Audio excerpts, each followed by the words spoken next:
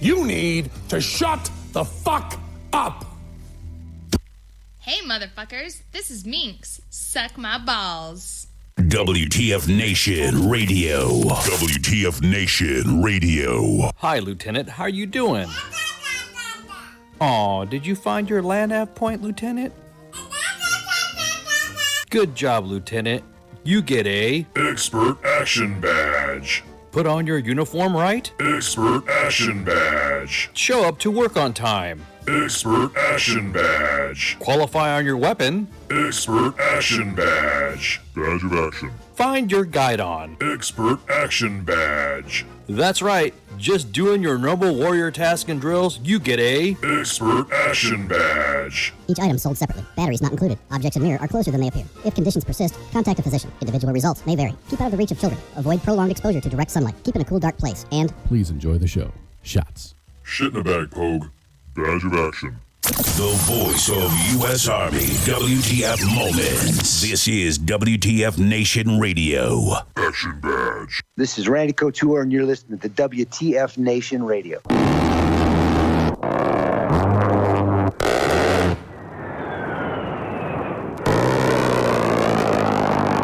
Everything stated on WTF Nation Radio is to be considered the opinion of the person that stated it, and not an official representation of WTF Nation Radio or U.S. Army WTF Moments. price does not include tax, title, or license. Some assembly required. Each item sold separately. Batteries not included. Objects in mirror are closer than they appear. If conditions persist, contact a physician. Individual results may vary. Keep out of the reach of children. Avoid prolonged exposure to direct sunlight. Keep in a cool, dark place. And Please enjoy the show. Shots. How you feeling there, Mac? Good enough to fuck your mother!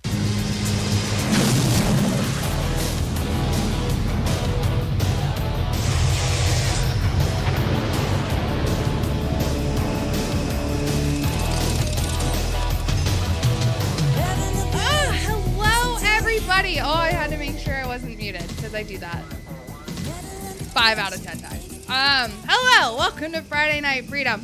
I'm Minx. Pookie is not here right now because Pookie has a storm rolling through and cannot get to, his normal interweb space. So I told him that he can wait to call in. But I'm joined by the best stepdad ever, Cause. That was my really, really horrible Pookie impersonation. Yeah, that was terrible. That was really bad. It was terrible. I can't laugh as high as he can. Right? How are you? My goodness. I'm good. How are you? Happy belated birthday! Thank you very much. Best stepdad ever! Thank you, thank you, thank you. Welcome. Being 25 is pretty awesome. You're 25? So, okay, for how many times now? Almost 2. Fucking. No, and I mean, Almost birthdays never bothered me. They've never bothered me. Oh, okay. I think that's probably just like a woman thing. A lot of people are like, oh my gosh, you're 50. I'm not 50 yet. Maybe next year I'll be 50. Not. I just don't care. Fucking Pookie. I'm here in sport. The fuck does that mean, Pookie? I'm here in sport? What an idiot. Love you. He might have meant spirit. I'm still gonna give him shit.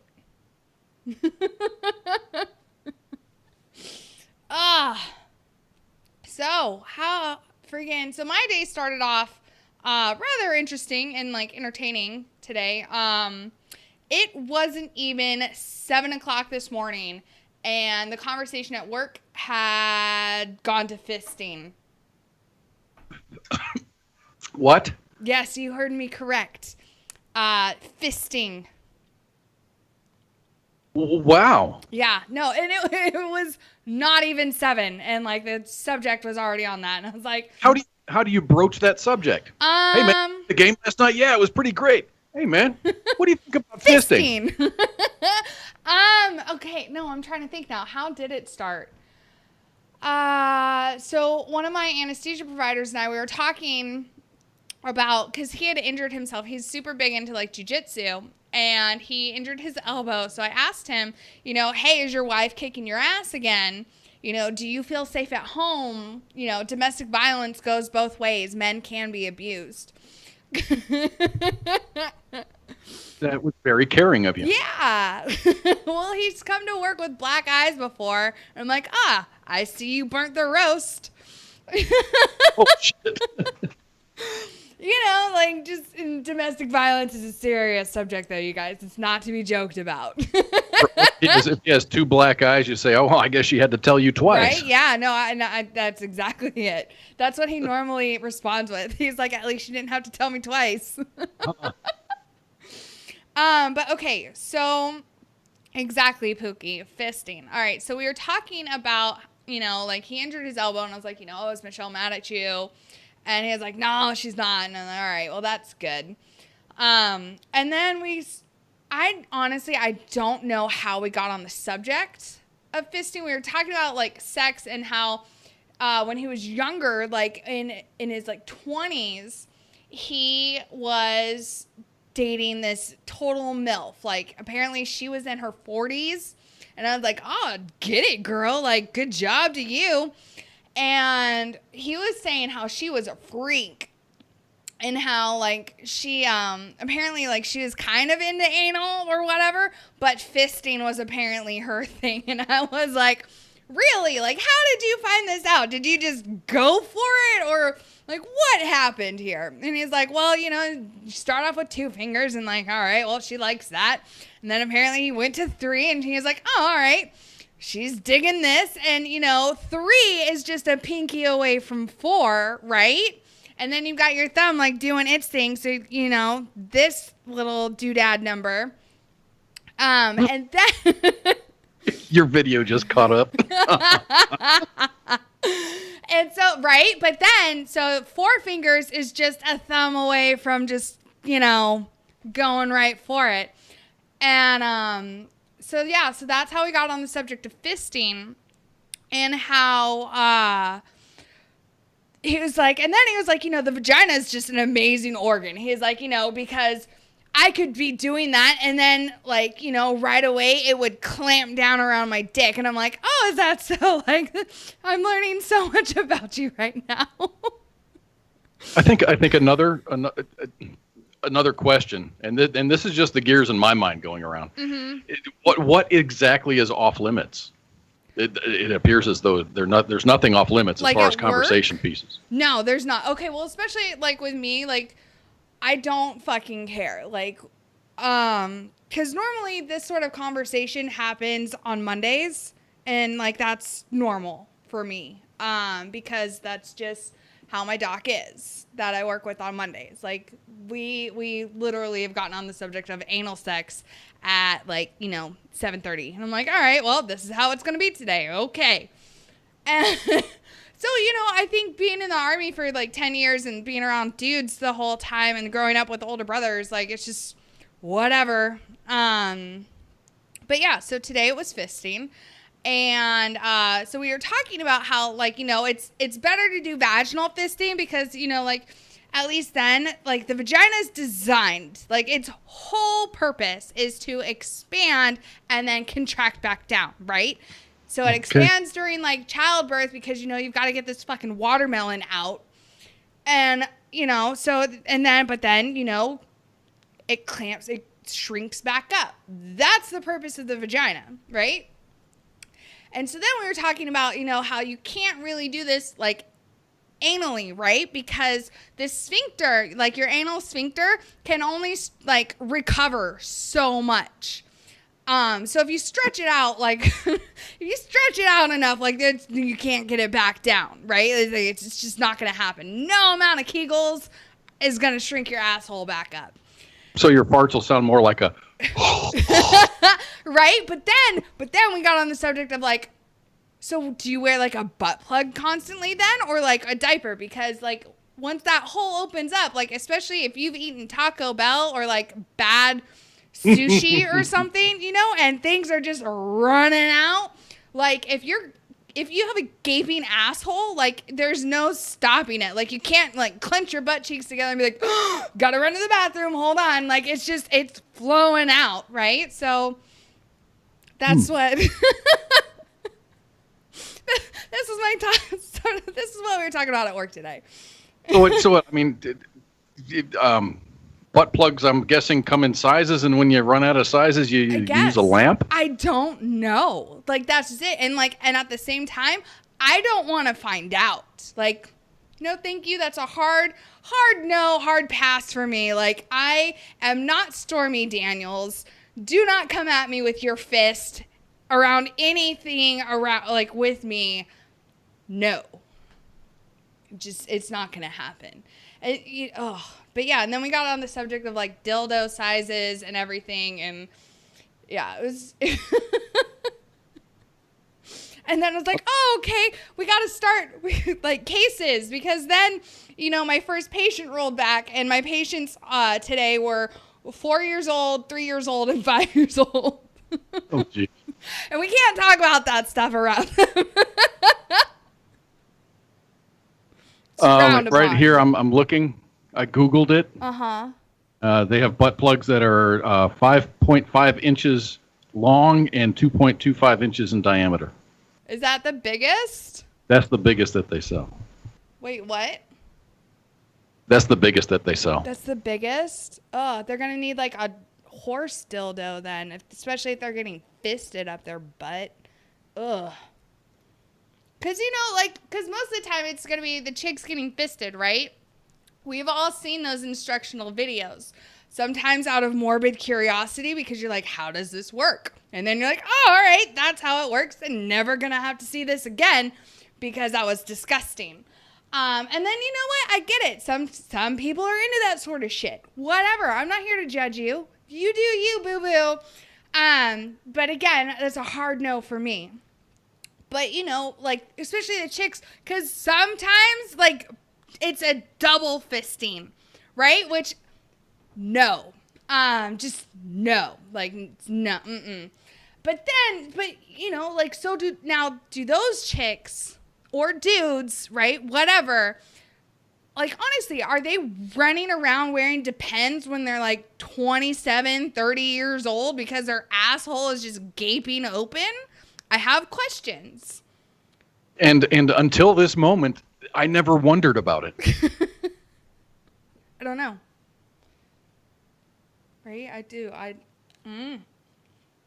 Because here at WTF Nation Radio, we do pride ourselves on education and educating the public. Yeah, true story. Whether, it could be knowledge that you really had no intention on learning. You're going to learn something. Right? Yeah. But, interesting. But yeah, so that was my day today. Wow. I almost surprised to adopt 2 babies. The 4-year-old and the 3-year-old are adorable. However, the 4-year-old had a BB in its ear, which is why we had to bring it back for surgery. Like rolling around in its ear, or did it get shot in the head? No, he I guess picked it up and was like, this looks like a good spot to put it, and put it in his ear. That's what kids do. Yes. So, there's that. So they were good patients. Yeah. And cute patients. They're so cute, especially the 3-year-old. I wanted to take him home. He was so chill and just okay. But the 4-year-old wanted to he was super cute and friendly, and he let me pick him up and carry him around the room, and I was showing him all the fun stuff with the OR and all right, these are the instruments we're going to use to get whatever it is out of your ear. And then you showed him the speculum. No.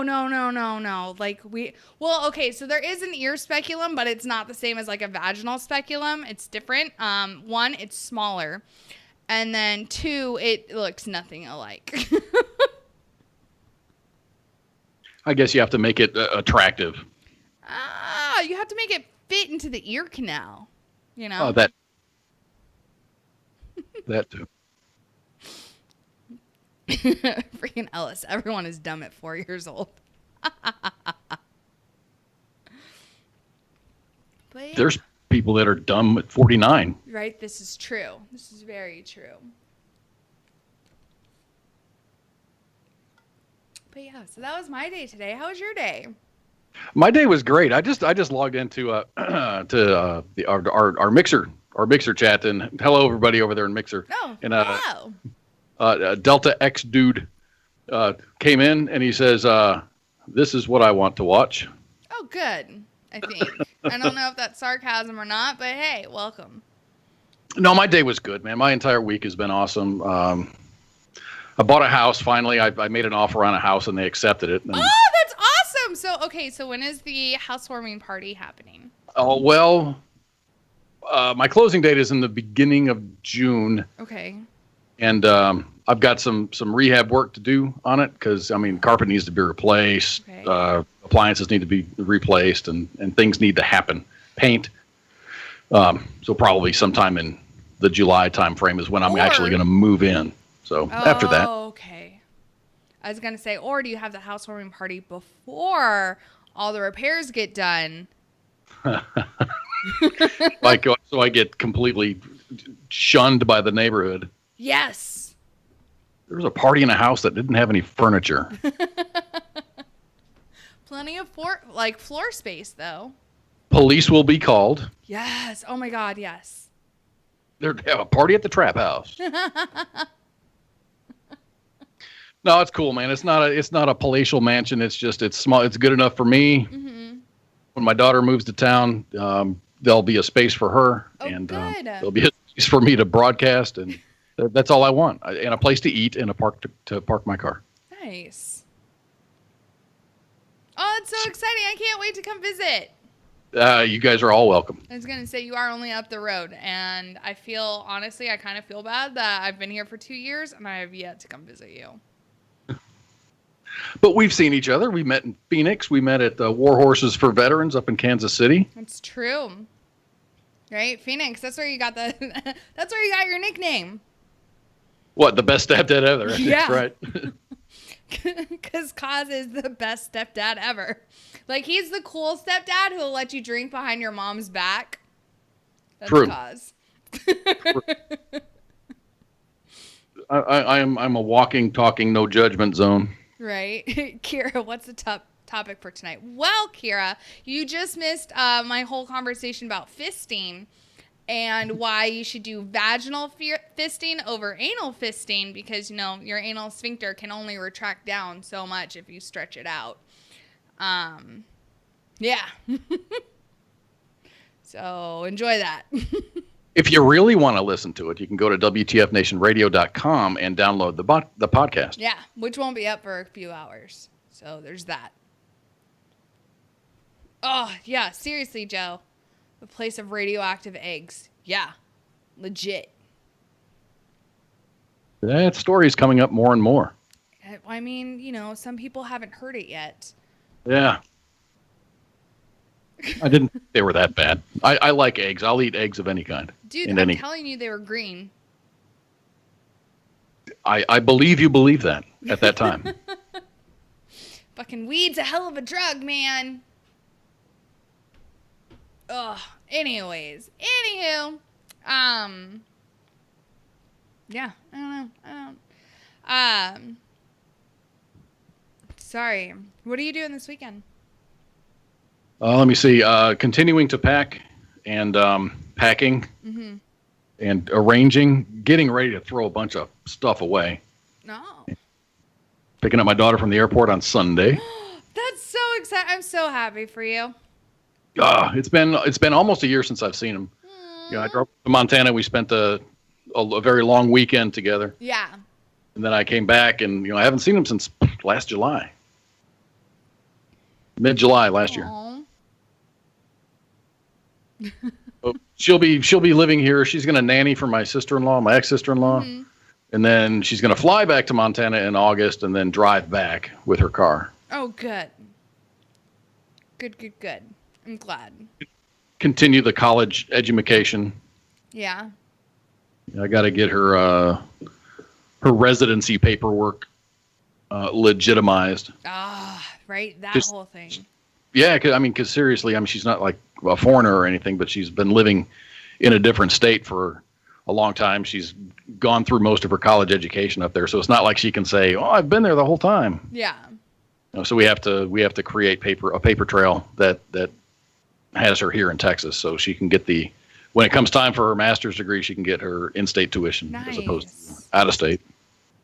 Right. Yeah. Oh yeah, Mike, I totally have a mating call. It's great. We might hear it later if I finish this drink. Don't you worry. What are you sipping on? Some more of that, not Sailor Jerry. What is the whiskey? No, it's definitely Wild Turkey. Hmm. But That's yes, right. I am. Honey. Wow. American Wild Turkey. honey. Yeah. It's so good. What does that mix with? Well, I personally, I prefer it better with Mountain Dew.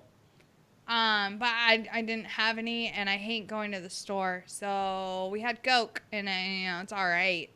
But I prefer it with Mountain Dew. it kind of looks like something that would just be great over ice. Yeah, it is.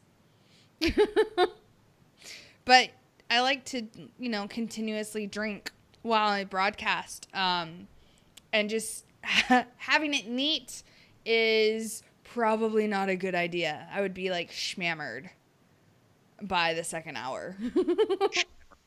Jody Van Kirk says hello. Hello, Jody. Aunt Jody! Hi. Oh, I miss her. I haven't seen her in like so long. I miss you, Aunt Jody. Love you.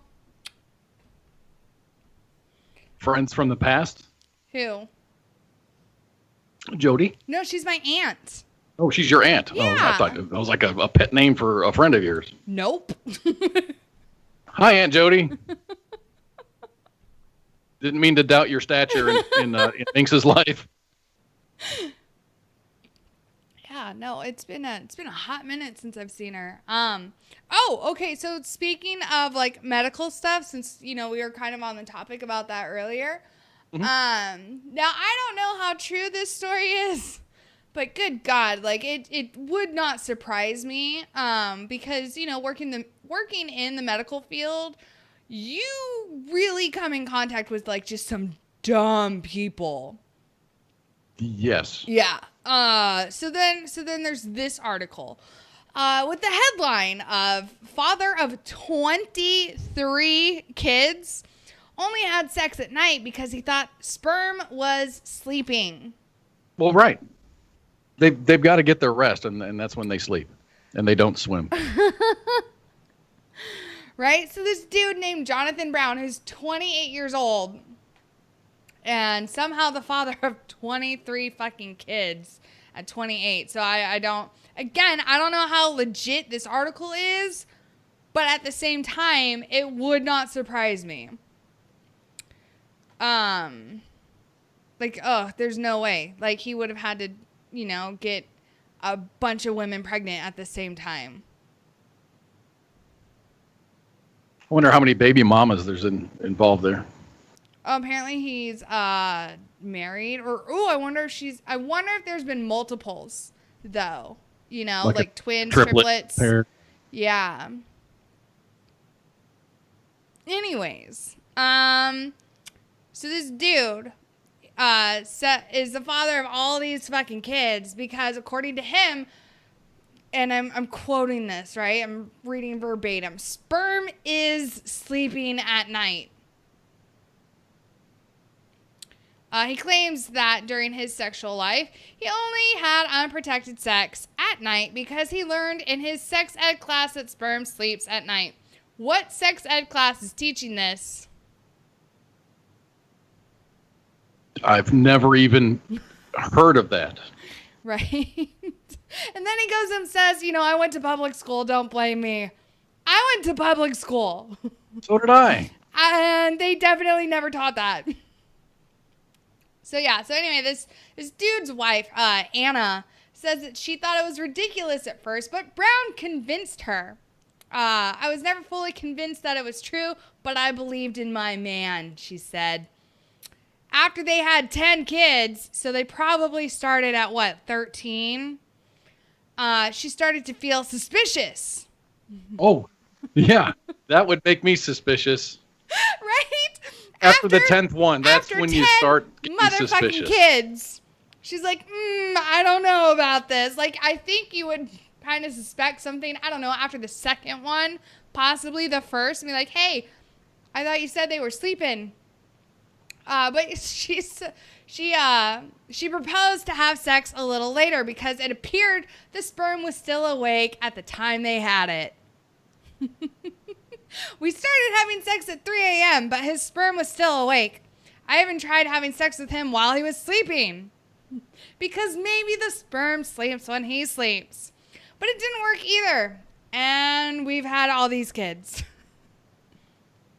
How many? 23? It says 23. 23. Well, my gosh, I have no words. Again, I don't know where that supposed knowledge comes from. I don't know either. I'll bet he's not a doctor. No. Remember, he went to public school. Oh, yeah. There's no doctors that went to public school. No. Oh my God. Exactly, Is he a Joe. flat earther? What? Does it say in the article whether he believes in the flat Earth?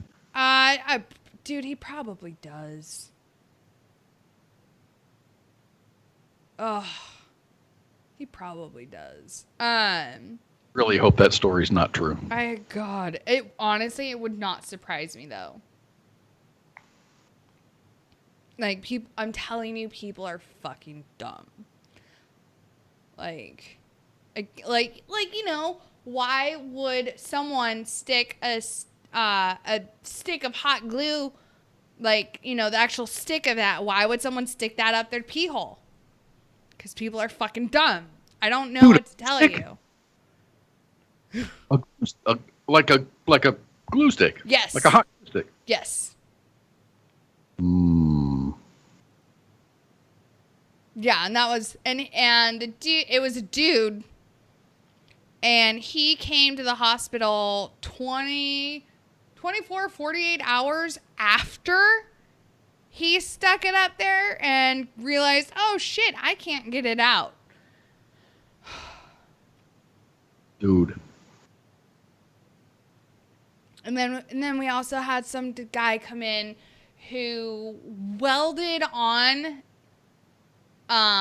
metal cock rings to penises? Yes, like onto his own.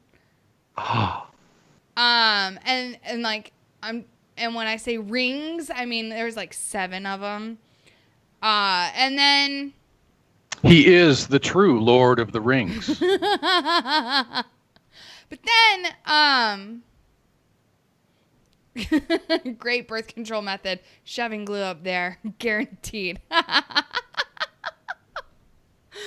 No, so yeah, so we go to, you know, remove this glue stick, and the only, like, it's breaking apart, right? Because it's all warmed up from, you know, body temperature. So the only way we can get it out is to literally, like, cut open his, you know, penis. Or heat it up to 137 degrees Fahrenheit. And let it drip out. Microwave it. No. Heat it up from inside. No. It's just so much easier to just cut it open. Oh, no, you don't know. Yes, I do. Right.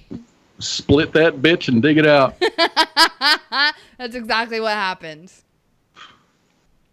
While your OR staff is talking about fisting.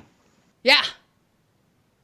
That's normally how it happens. And honestly, like, the urology room is honestly probably like if anyone were to walk into, like, our OR at any given time, like, you could probably get a good number of us for sexual harassment on any given day. Well, you know, I know your patients are out. Yes. But do you think that there's a section of the brain that still processes information? You know, smells, sensations. Once you're completely under, no. I've always wondered that. Drugs. You know, Doc, thank you for the the operation. My gallbladder is really, really good. You know, you did a great job. But I've been having these really, really weird dreams lately, and I don't know where they're coming from. Like your conversations are planting seeds in their mind. No, definitely not. Okay. That was actually a question I had. I had no idea.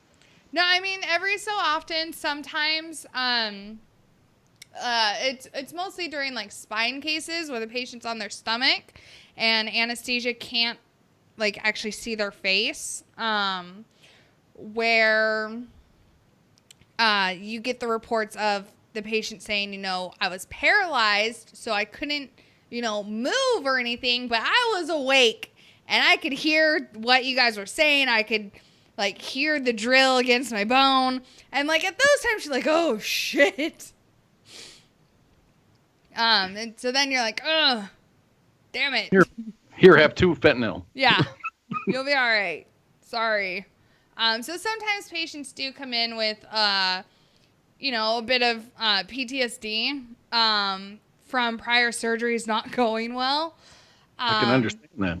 You know, which is understandable, right? Because you're conscious, but you're paralyzed. So you can't feel anything, you can't move anything, but you're fully awake and you're like, what the fuck is going on? That sounds terrifying. Yes. Yes. So, like, patients who come in like that, who are like, listen, I had a bad experience with surgery. Like, I couldn't move, but I was awake for it. We're like, oh, we're going to give you some extra drugs. Oh, so those are the words that I say the next time I have surgery. Yeah. See, I've only had one well, I've had 2 surgeries. One, it was an automobile accident, and I was fucked up for days. Oh, no.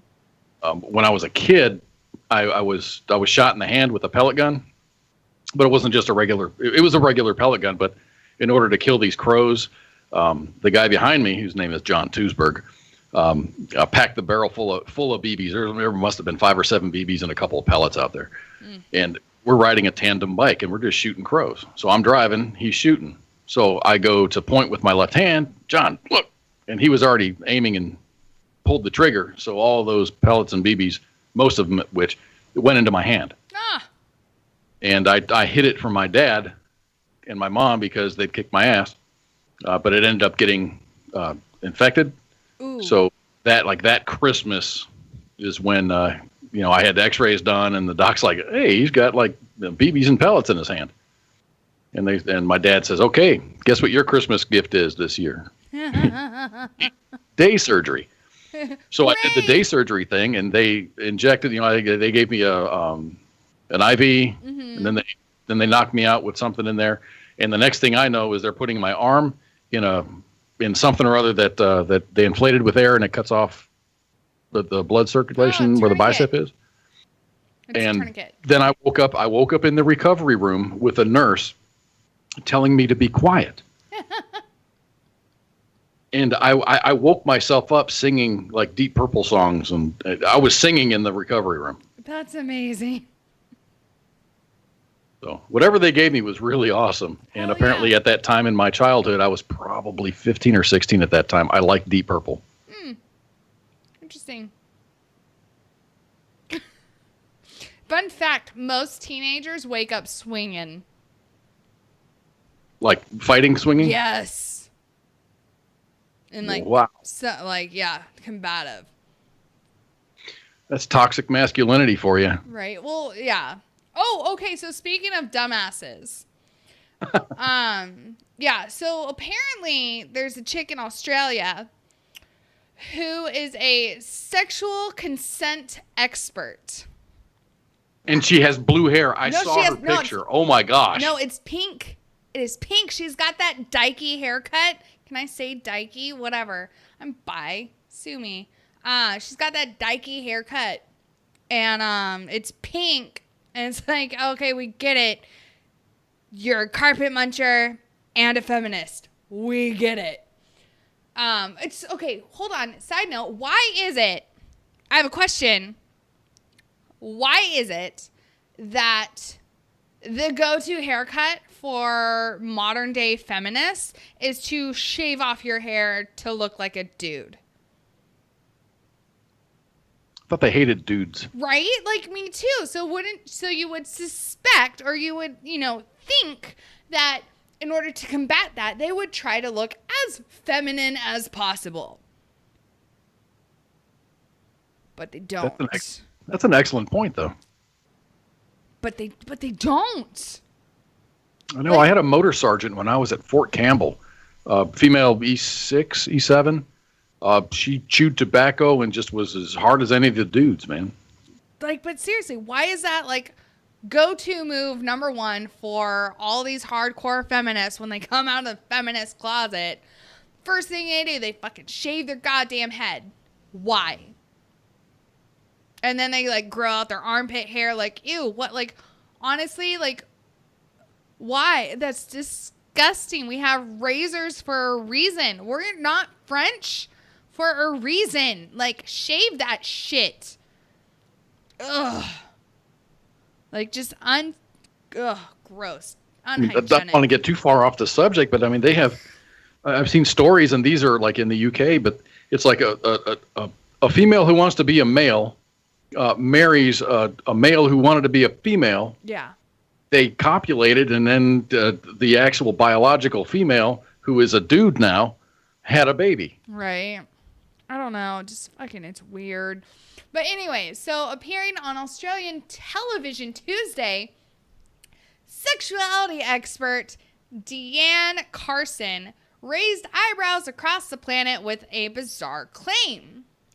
Carson, who describes herself as a, quote, shut up, Chloe. She's like snoring.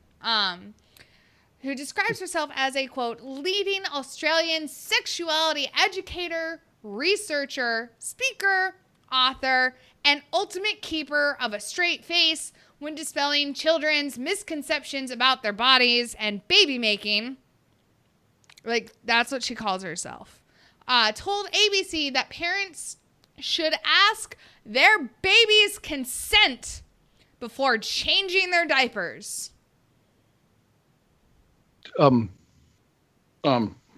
Sarah. Looks like you've got a diaper full of crap there. And your skin is becoming irritated. You're crying. You can't change that yourself. Would you like for me to do this for you? And then what does the kid do? Scream? Right? Like, I don't know. But she called it an important step to establish a culture of consent in the home. Carson instructed parents to make eye contact, like, hey, looking at you, kid, with their infants, and ask, I'm going to change your nappy now. Is that okay? And then she goes on to say, you know, of course the baby is not going to respond, yes, Mom. Again, she's Australian. Yes, Mom, that's awesome. I'd love to have my nappy changed, she said. But if you leave a space and wait for body language and wait to make eye contact, then you're letting the child know that their response matters. Okay. Devil's advocate. And I really prejudged her when I saw the picture and I read the headline. I'm like, what? I understand where she's coming from, but really, should that be a thing? No. No, I know. No, it should not. Because again, like some kids, like they don't care if their diaper is shitty. Literally. They don't care. They're just gonna fucking keep going on with their day. And it's like, all right, no, this is how you get diaper rash. This is how you get a skin break. Like, this is how you get skin breakdown. This is how you can get an infection. So, no, I'm going to fucking wipe your butt. Like, get your ass over here. Time to change your diaper. You know, like, okay, so fun facts, right? So, I'm the oldest girl in my family. And, like, so after the older brothers left, I was in charge, right? I was the oldest one in the house. And so I used to babysit my little brother who's 8 years younger than me. No, he's 9 years younger than me. I used to change his diaper all the fucking time. All the time. And like, I got him to the point where all I'd have to say is like, you know, hey, butt up.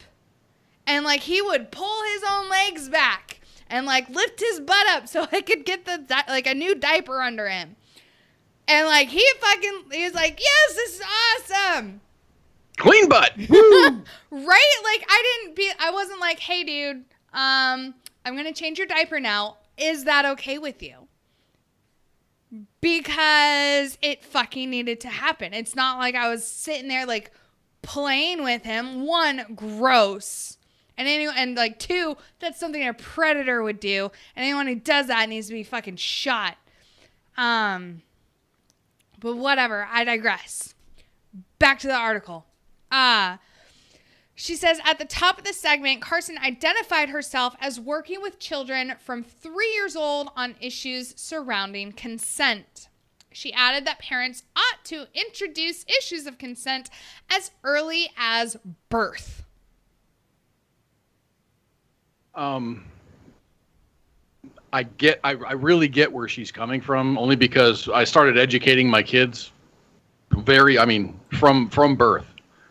You know, whenever we did it, whenever we interacted with them, which is like all the fucking time when they're infants, but lay them in the diaper changing table, show them pictures of 4 apples and just say the number 4.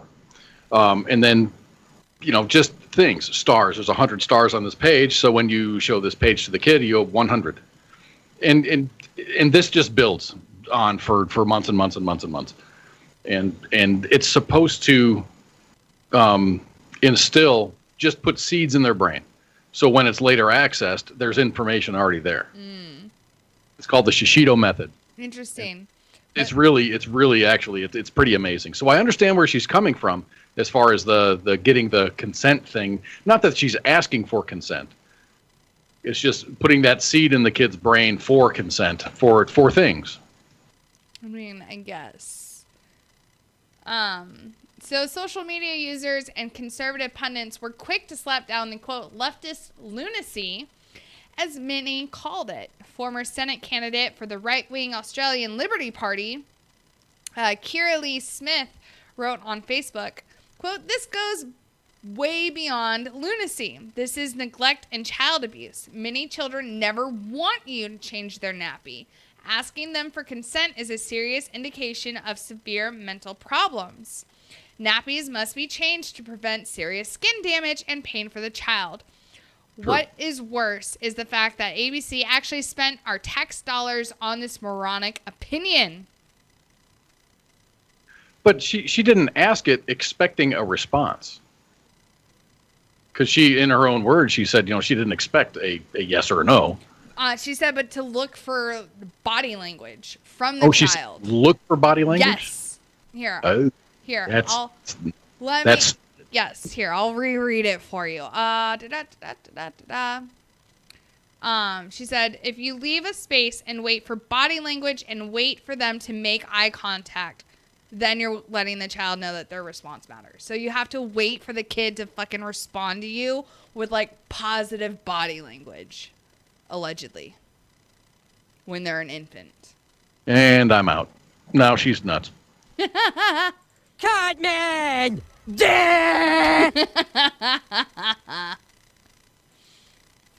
I'm all about giving people the benefit of the doubt. And in so much as I prejudged her without even reading the article. Yeah. But no, I'm back to my original thought. No. Right. Let me just play this again. Cartman! Was that Cartman? Yeah. I'm so happy you made that for me. But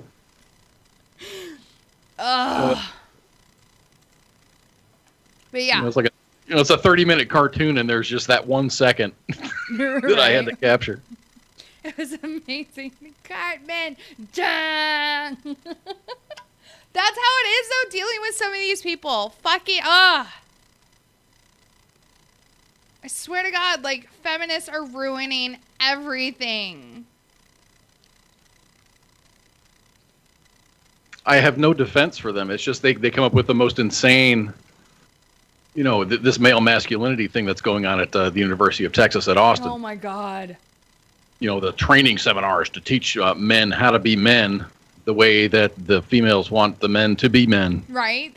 They're teaching men to go against millennia of fucking evolution and survival tactics where, the men are the providers of the tribe, right?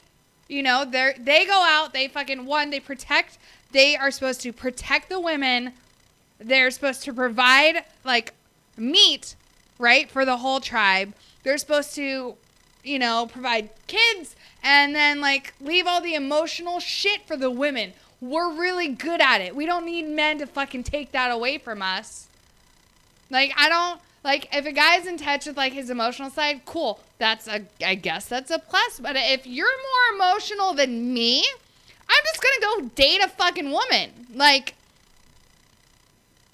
you're supposed to be my rock, god damn it. And then, like, you know, I get it. Not everyone can be strong all the time. And then if that's the case, I'll be your rock. But, you know, I should be the one having emotional breakdowns more often than you. The attraction between females and males, you know, assuming you're a heterosexual person, what attracts a male to a female? I honestly, I have no idea. We're fucking insane. So I know physical beauty. Like, you know, there has to be that physical attraction. Besides that, I honestly have no idea why guys are attracted to women, because we're fucking insane. I'm not going to disagree with you, but I mean, even psychologists in Freud and all this other stuff, they talk about, you know, men look for women with childbearing hips, and, right? Yeah, and big breasts, and so they can feed the child. I'm like, really? No, that has not really crossed my mind in the least.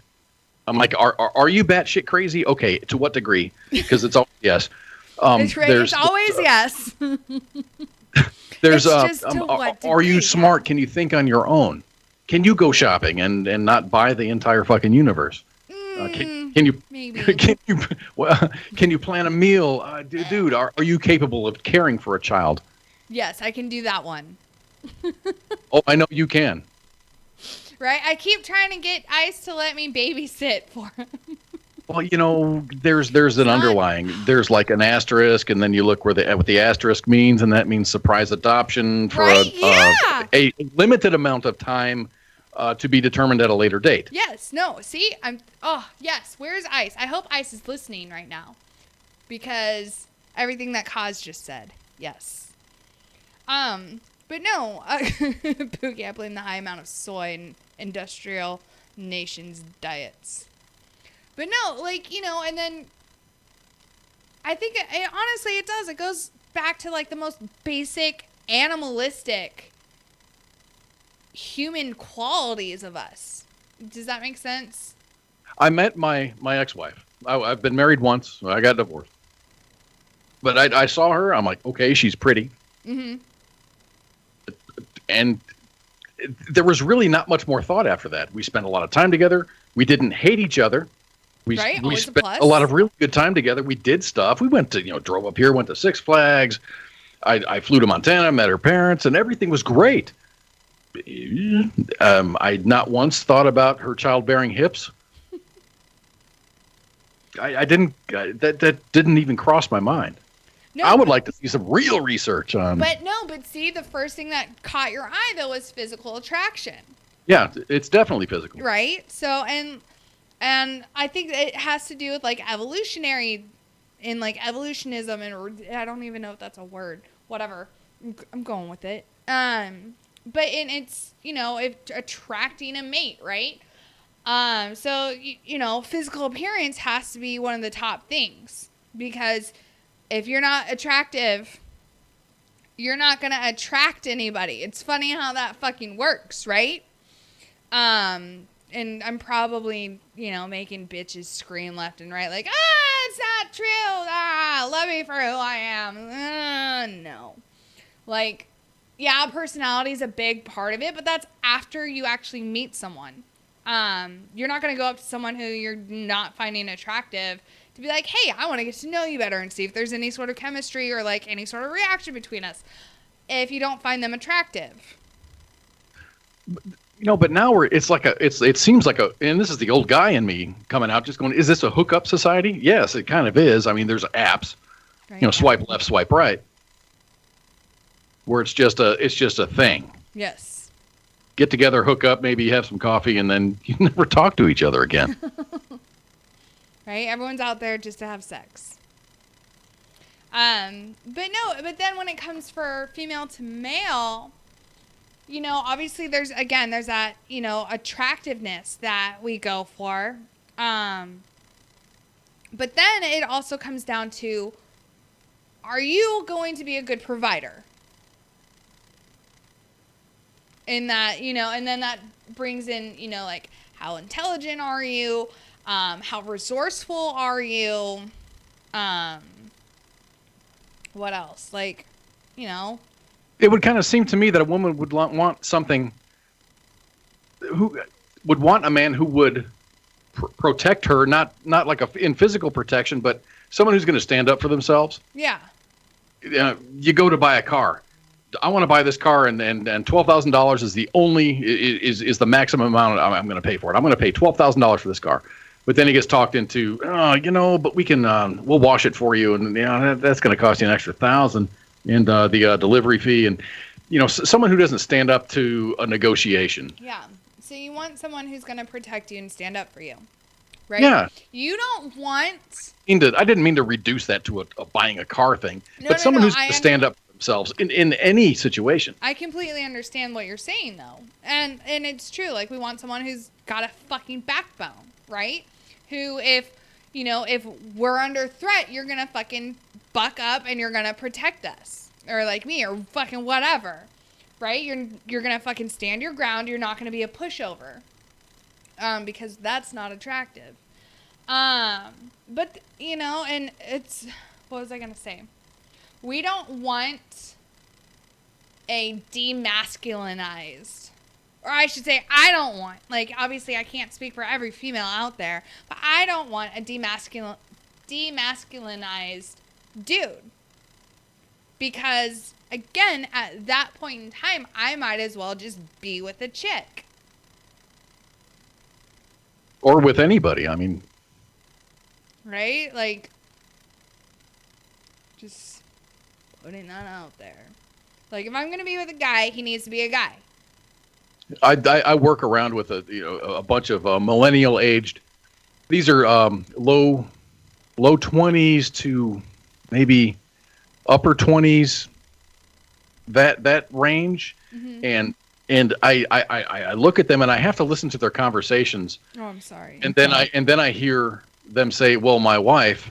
I'm like, "Oh, okay, he's married." I had no idea. Oh, he's heterosexual, obviously. Shit. And I often wondered what the family life is like with a feminine type guy with a wife, and then they have children.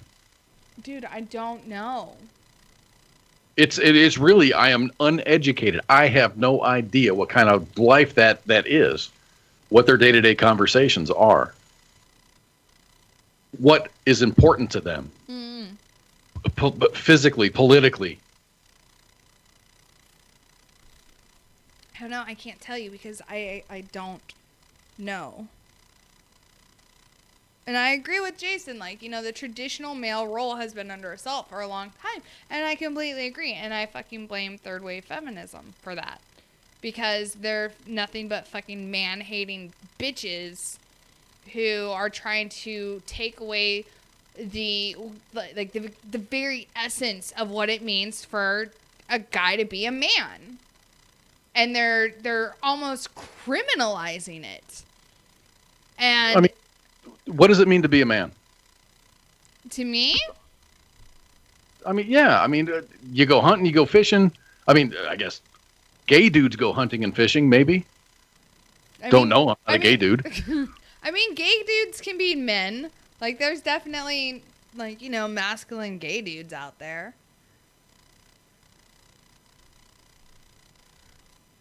You know, Pookie said that male birds build nests to get laid. Mm-hmm. But if it was a competition, you'd have like this robin over here building a nest to get, you know, Sarah, the female robin, and then you get Carl over here who builds this fucking like this 2-story nest. No, but that's exactly what happens. Do they compete with nest styles and sizes? Yeah, like especially like I know exactly what Pookie's talking about, and yes, they do.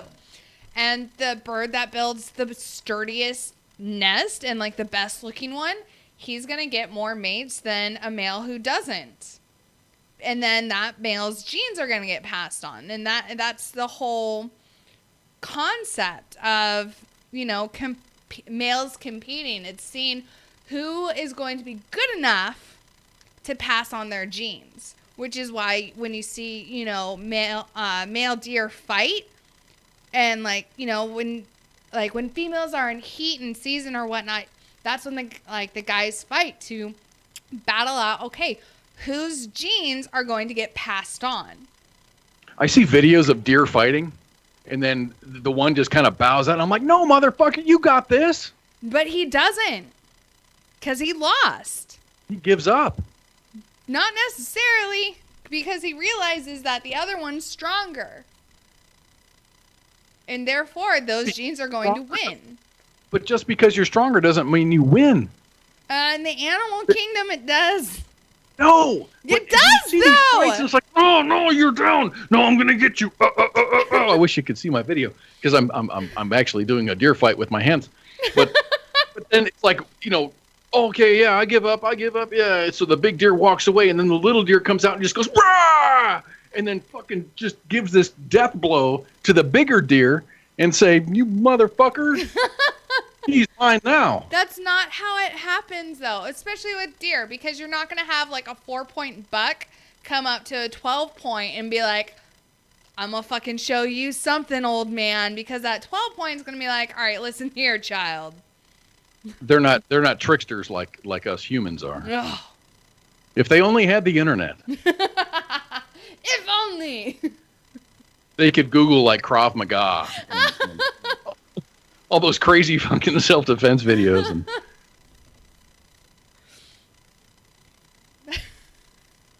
all right, I've got a GoFundMe up here. I'm going to give deer internet access. Yeah. All right. Go to GoFundMe.com. Kaz wants to see deer fight and have the loser win. .com. We're going to hold deer fights. They're like dog fights, but with deer. Deer. So is it animal abuse? Meh. We don't know. Is it frowned upon? I don't know. Probably. Probably. But fuck it. We're going to do it until they say that we can't. It's not against the law. Right. Yet. All right, y'all. We are going to take a break, and when we come back, we're going to have part 2 of Friday Night Freedom. Shots, everybody. Be back. We'll be right back.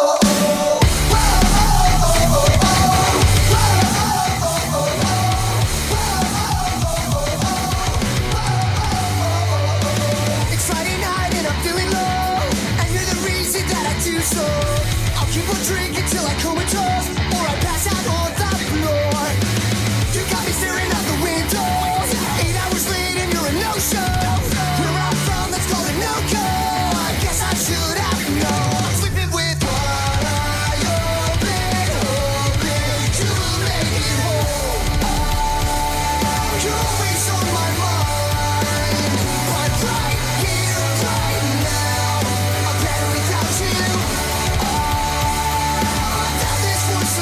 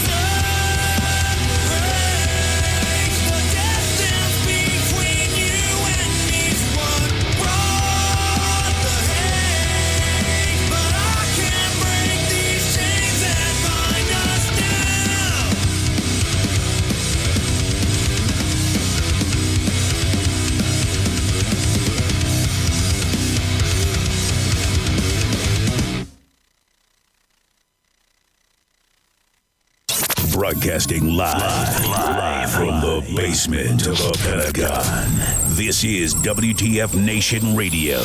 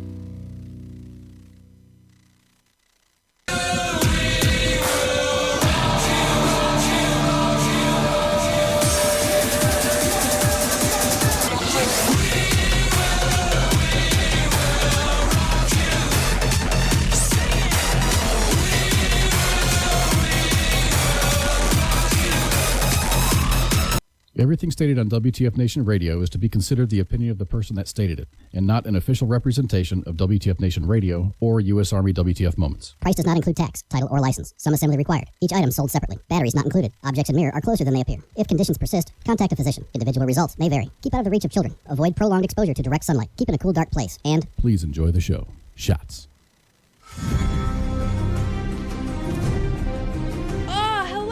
Welcome back to Friday Night Freedom. It is 11 May 2018, and it's part 2. And Pookie's back. Yes, I am. Hi, Pookie. Hey, how you doing? Oh, hey, girl. How you doing? Hey, hey. Oh, goodness. No, but seriously, how are you doing? I understand there was a storm. The storm. How did that go? No, It was fine. Now I can look up and see the stars now. So I mean, it's done passed over, so I'm good. So a fast storm. That's good. 45 minutes. Sucked. Started just when the radio kicked off. I know you That called. was Mother Nature saying, "Screw you." Seriously, you called in and it was all like, and I was like, yeah, no, this is not happening. Yeah. So sometimes I sound like I'm like broadcasting to the Houston, what is it, the NASA? I'm like, Houston, I have a problem. Yeah, that's exactly what it was like. I was like, yeah, this is no good. Freaking, but yeah. All right. So,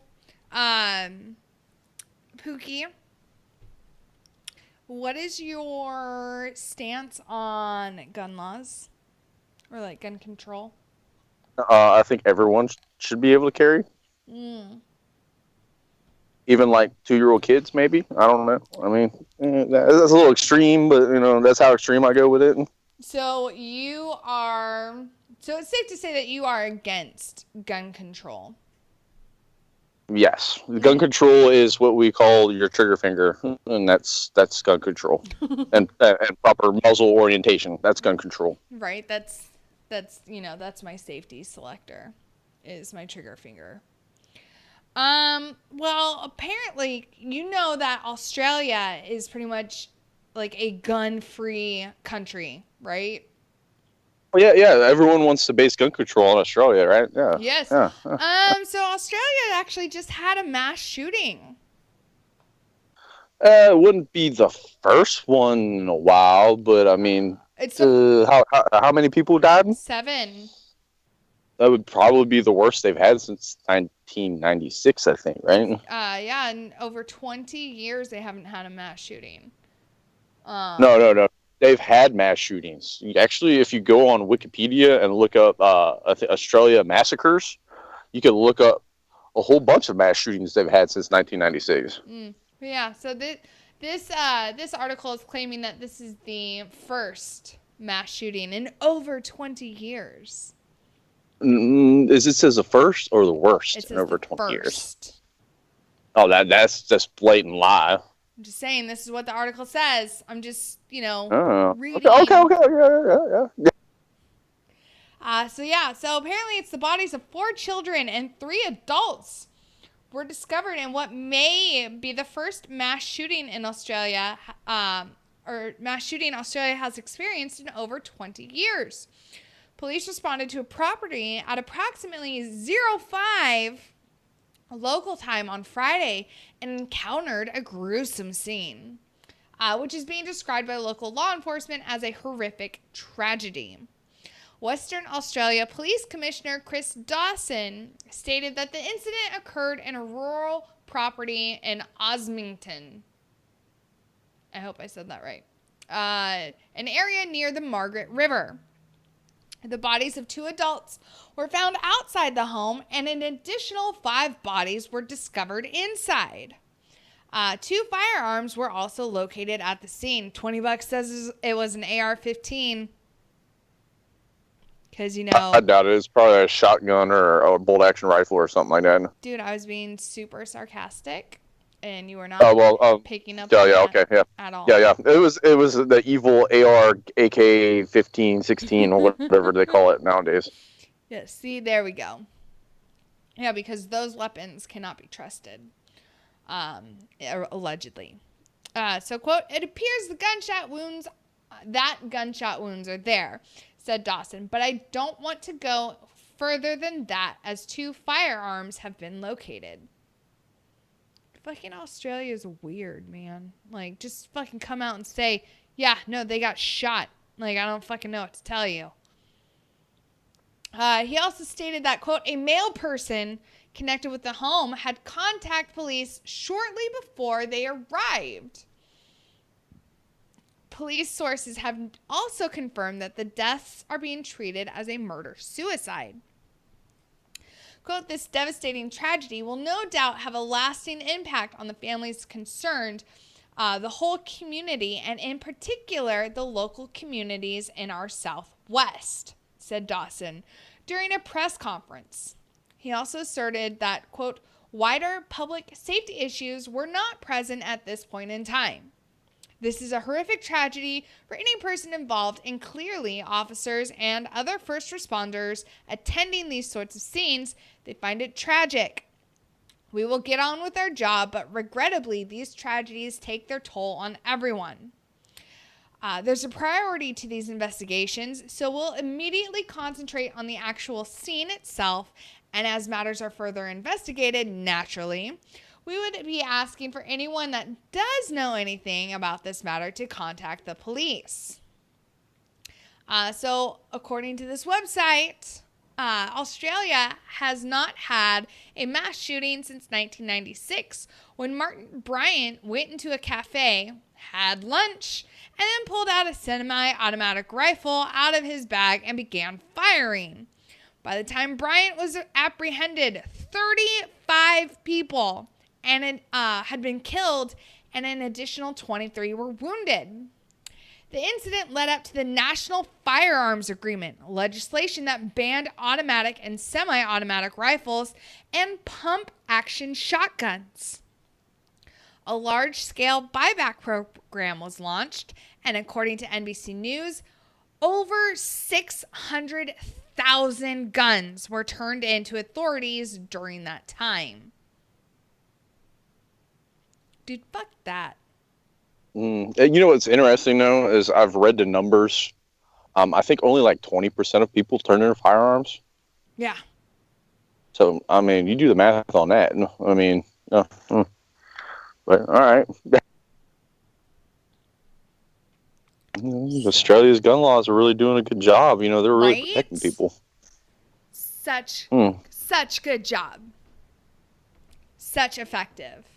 Super. Yeah, it's just funny though is the lack of media coverage on this. You know, it's the biggest, most mass shooting since 1996, but allegedly. Not a peep from them.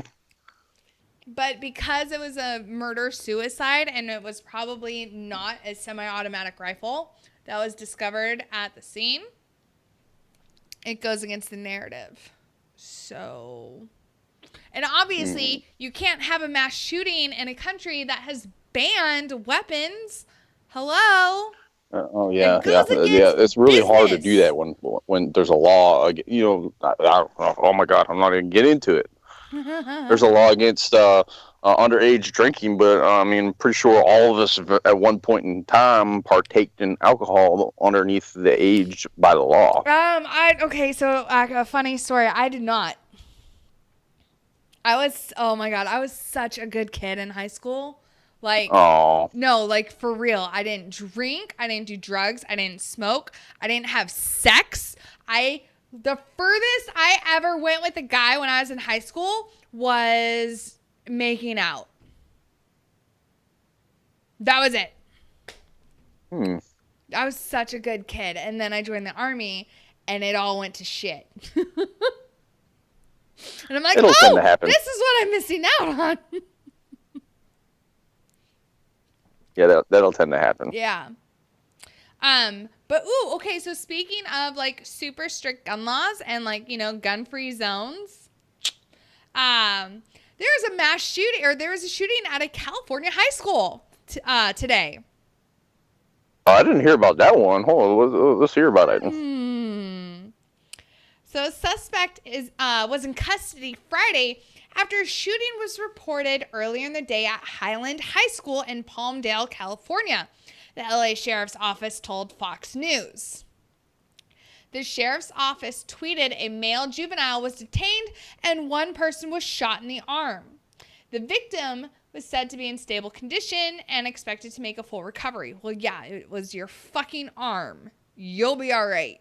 Stuff a tampon in it, drink water. It's a flesh wound. Change your change your socks. I don't know what to tell you. You'll be all right.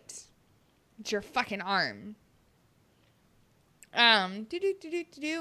So a firearm was recovered. So Darren Harris of the LA County Sheriff's Office told KTTV, there we go, the suspect was 14 years old. The suspect appeared to be visible in a video taken off a sheriff's car sitting near a shopping mall about a mile from the school.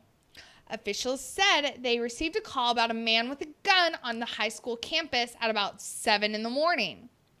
Local time, which is a half hour before school was set to begin. Highland High School, with an attendance of about 4,000 students, god damn, is located 65 miles from LA. The school was cleared by authorities, however, and the investigation into the incident continued. The sheriff's SWAT team was reportedly on the scene by 08. The Bureau of Alcohol, Tobacco, Firearms, and Explosives tweeted they were responding to the incident. The sheriff's office also tweeted that deputies investigated reports of shots fired near Manzanita Elementary School, located about 7 miles from Highland High School, but the campus and school was cleared and no threat was discovered.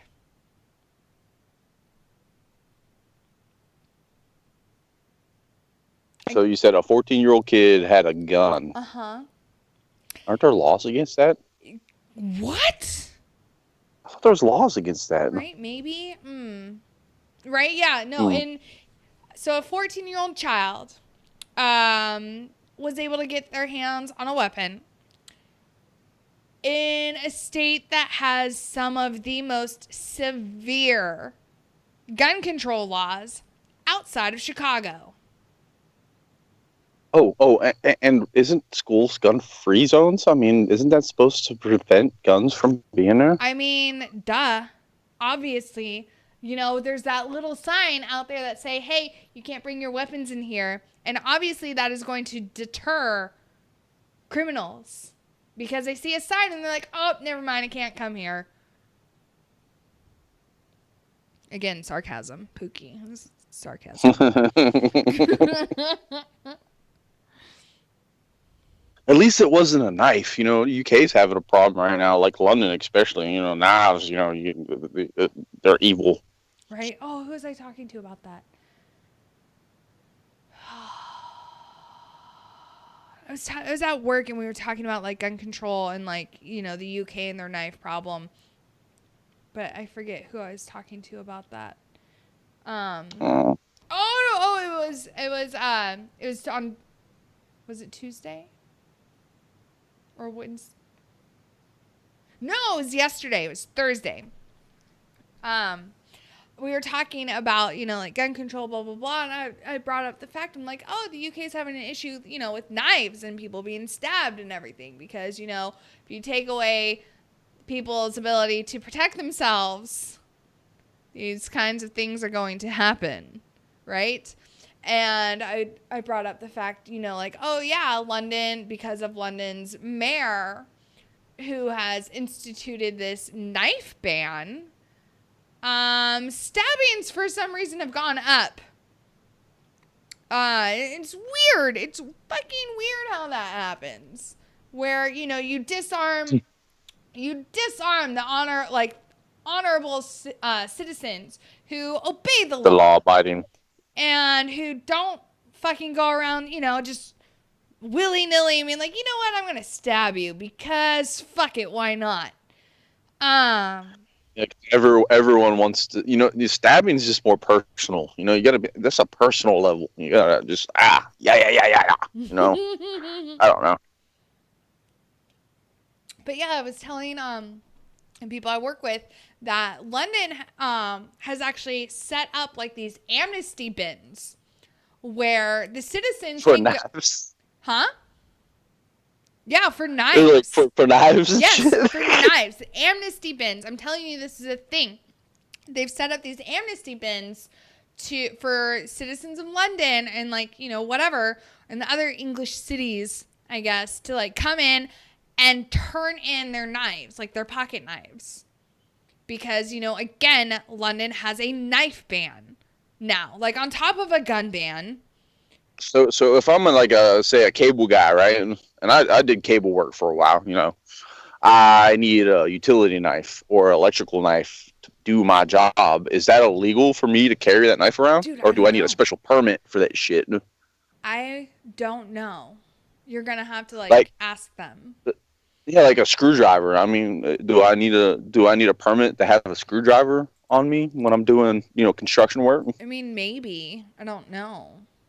Or do they have those like the prison pens where like really flexible and they just do their purpose and that's it? I don't know. I just threw your picture up there though. Everyone, that's Pookie. Hey.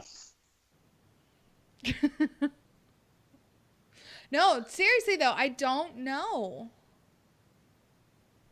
Right? I know a few of the guys that I know from the UK. They don't live in London, but they're allowed to have like air rifles to hunt with. Rifles. Air rifles. No, I'm not even going to tell you about some of the air rifles I got floating around, but kill a dang African water buffalo with them. I don't know. Those things are pretty hard to kill. It's a 38 caliber air rifle, so it's pretty powerful. Get one shot, and then I gotta hook it up to a pump. Interesting. That's really weird. But yeah, fucking. Jason Rodriguez from the chat. Turn in your steak knives into the bin. Be a good citizen. Like Gordon Ramsay comes to visit London to do like a show. Is he gonna get arrested because he's like using a 8-inch chef knife or something like that? I don't know. Right? Like. Oh God, he's got a knife, and then the cops come out and just tackle him. Right? Oh shit. Again, we don't know. Like someone could probably be like, "Oh my God, it's another Jack the Ripper." Did you see that? I don't know, infomercial. I don't know if you watch infomercials sometimes, but there's this like knife sharpener that they've got, and the guy put a credit card in there and sharpened it to where you could cut like tomatoes with it. Would that be like oh my God, ban the knife sharpeners now? I don't know, because obviously, if they are sharp enough to cut a tomato, could you imagine what they could do to a human body? Mm-hmm. Just imagine. Right? Oh my God. The damage that could be done. God, what if they ban all knives? There's no more knives. People start biting each other. Zombie apocalypse. Ooh. So then do we ban teeth?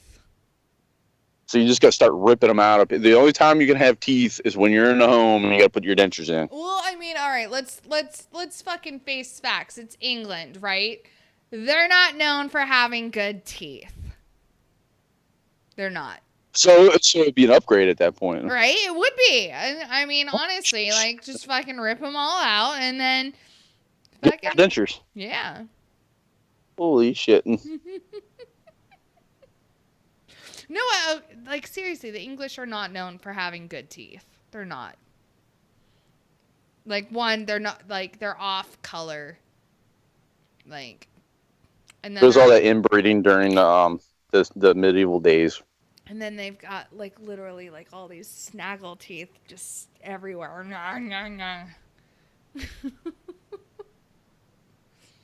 She said nar nar nar. No. Wait till you see my freaking video. Put my hands up in front of my face. Because I don't know if you're watching it right now or not.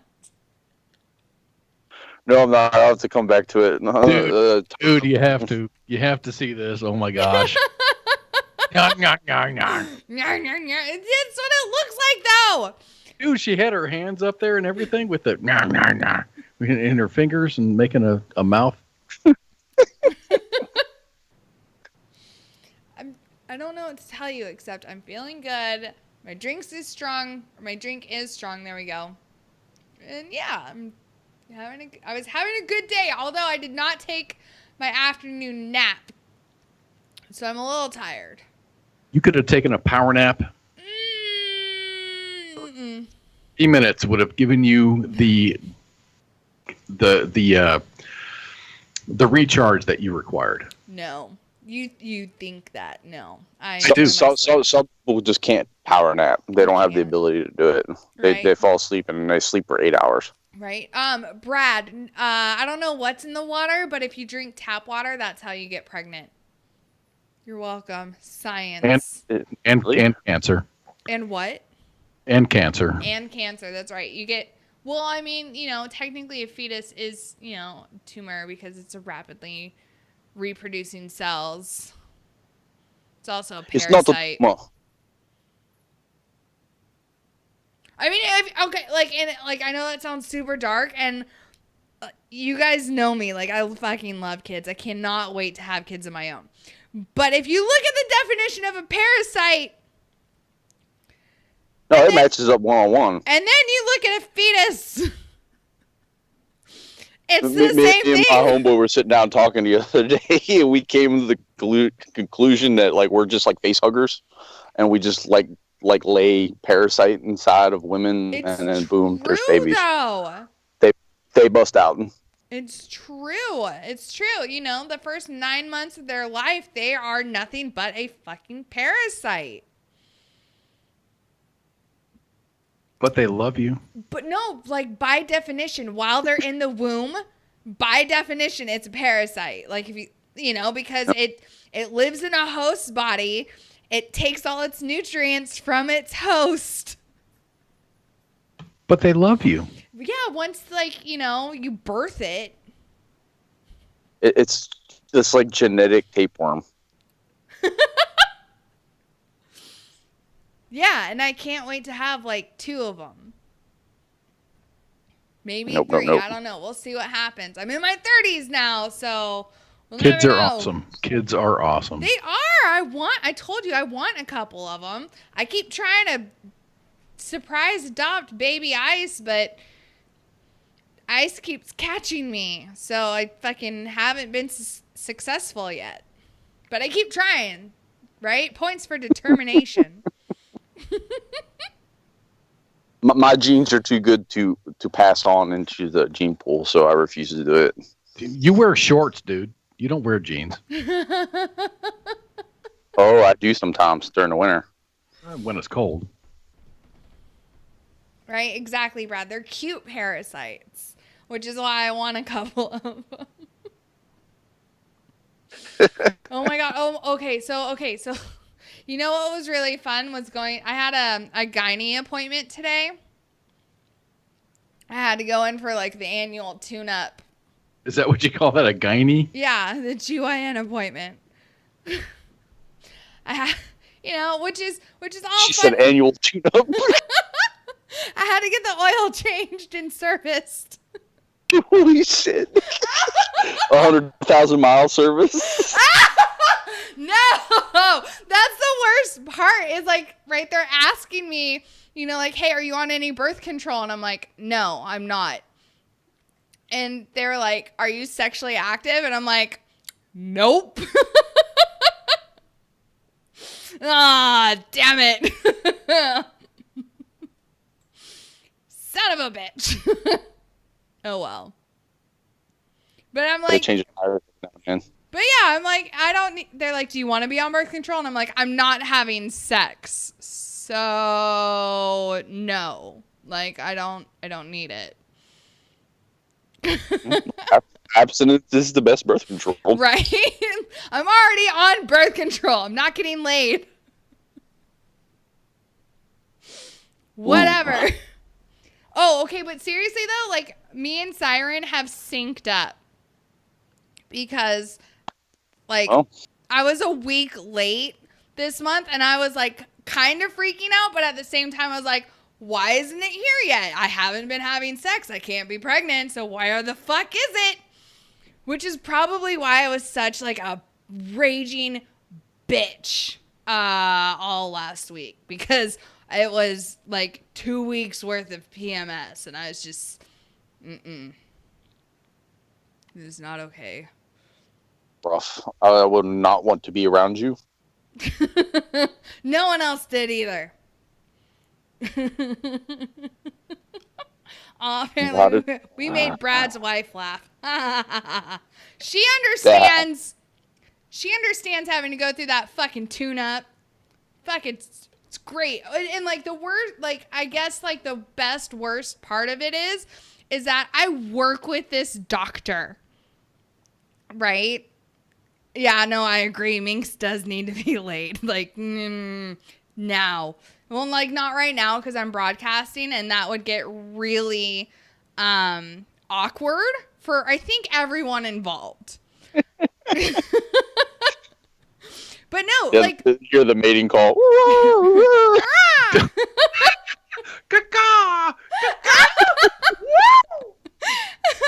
But no, like the best worst part of like, you know, going in for any of my like women's doctors issues is that I work with my doctor. And so like I get into the clinic and he passes by as like I'm getting my vitals done and he's like, "Oh, hey, what's up, Minx?" I'm like, "See you in a couple minutes." And you know, and like I'm freaking like, you know, the nurse does her whole spiel and she's like, "All right, here's a sheet. Everything off from the waist down." I'm like, "All right." And then, you know, like he pulls the stirrups out and he's like, "All right, you know the drill." And I'm like, "Okay." And it's just like, well, like I work with you. You've seen literally everything down there. See you next weekend, like Wednesday. And that's when you pass them in the hallway and say, "Hey, buddy, HIPAA, motherfucker." Well, I mean, you know, like, you know, that's his job. Like, right? That's his job to look at vag. They're very professional. All day, right? That's all he does. Mm-hmm. He looks at vag all day. Okay, one, I'm kind of upset because he used a metal speculum, so it was super cold. It was not okay. That dickhead didn't fucking warm it up at least. Like, what are you gonna do? Put a blowtorch on that thing before you stick it? Well, okay, so normally, like, a lot of clinics nowadays use plastic ones that are disposable, right? And so, and they don't get as cold as the fucking metal ones. But yeah, so he was like, you know, yeah, like, oh, I freaking put my heels in the stirrups and I thought I had opened up, like, let my legs drop down far enough to where, like, they could get in there. But apparently I did not, because he kept like pushing up my thighs. He's like, "No, I need you to like relax your legs, like let them drop." And I'm like, "They are." But then he goes and he like shoves this cold metal thing up in me, and my legs like instinctively like close up, and I'm like, and he's like, "No, relax your legs." And I'm like, "You relax your legs."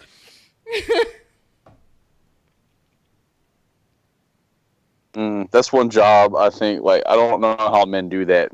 Like, you see, it's like looking at like car engines all day. Like, a mechanic would not want to work on his own car at the end of the day. You get what I'm saying? Oh yeah, no. He and his wife have like 5 kids. Oh, okay, well, he must know what he's doing, right?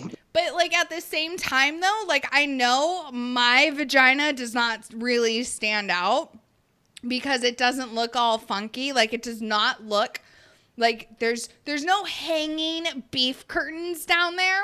Let's say no Arby's roast beef sandwich. Arby's. My vagina does not look like an Arby's sandwich. Fucking roast beef folds hanging everywhere. Nuh-uh. No. With cheese. Oh. It's some horsey sauce. Disgusting. But you know, no, it's like it's fucking average looking down there, right? Everyone, you're all fucking adults. So you've seen those instructional videos when, you know, like close-ups of like, oh, vag. And so you guys know like what a fucking vagina looks like, right? And like some of them look a little sloppy and some of them don't. And then you know, there's the average ones. And like I'm somewhere right in that average column. And so mine doesn't stand out if you just look at it, right? Ross, we got the memes. Alex, Jesus Christ, thanks. Right? Oh, shit's getting weird, y'all. Mm-hmm. I don't know what to tell you. Sorry, not sorry. I'm not sorry. That's a lie. I'm not fucking sorry. My drink's awesome, though. I hope you guys are drinking. Don't drive, though. Spanky, I'm still using your cup. She was so mad at me. I went over to her house Wednesday night, and I was using one of her cups, and she kind of got upset. She's like, that's my red cup. And I'm like, but I still have drink in it, and I need to go home. So I just took her cup with me. And I was like, I'll bring it back. And I'm still using it. She'll never see it again. No, she will. That was like me down there. I was rocking a Whataburger cup. Exactly, Brad. I do not have a beat up catcher's mitt down in there. Exactly. I'm trying to wrap my brain around that one. Just saying, like, the ones that are worked in a little bit are the best ones. Are they though? But you don't want a catcher's mitt that's too, I guess, rigid. I guess. Not too new, but definitely not so broken in that it's just kind of flopping around everywhere. Oh, I got you. You know? Yeah. What the fuck are we talking about? I don't know how the hell we got here. Oh my god.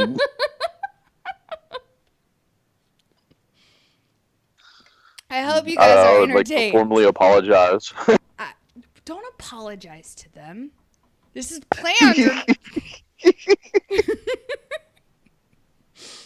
Anywho. Spent some time in the ER today because my hip was given the good stuff. Ooh, Alex, what were you given? Now I'm curious. What kind of drugs were you given? Anyways, all right. So really quickly, so there's an ex-congressman who says he's, quote, given up on America after sentenced for his third conviction. Kill Whitey. So what? But yeah, so a former Democratic congressman from Chicago, shocking. Oh, sorry, that was out loud. Is heading to prison for the third time. Can I be honest real quick? Shouldn't like 90% of them fuckers be in prison? Yes. Brad wants to know how he gets on this show. Well, Brad, if you really want to call, like, are you talking like call in or like be a host? Because there's a difference. And then there's two different ways of like doing that. Anyway. Always to get it done. Morphine. Morphine's a good one.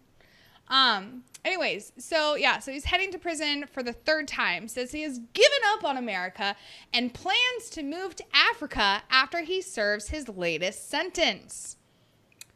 Have fun. Right. Bye, Felicia.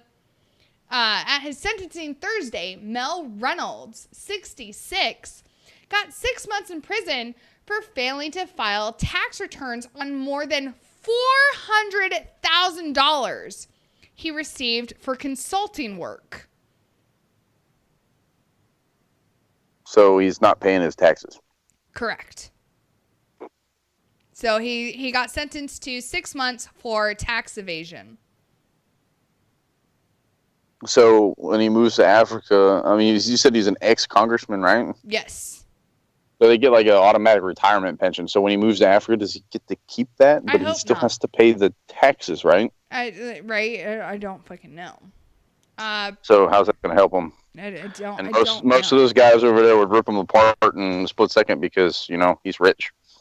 Okay, some backstory. This guy actually replaced Jesse Jackson. When Jesse Jackson went to jail, this guy took his place. Oh, I didn't and know this Jesse guy, Jackson was a congressman. And this guy actually lost his seat to Jesse Jackson Jr., who went to fucking jail for fucking corruption. Interesting.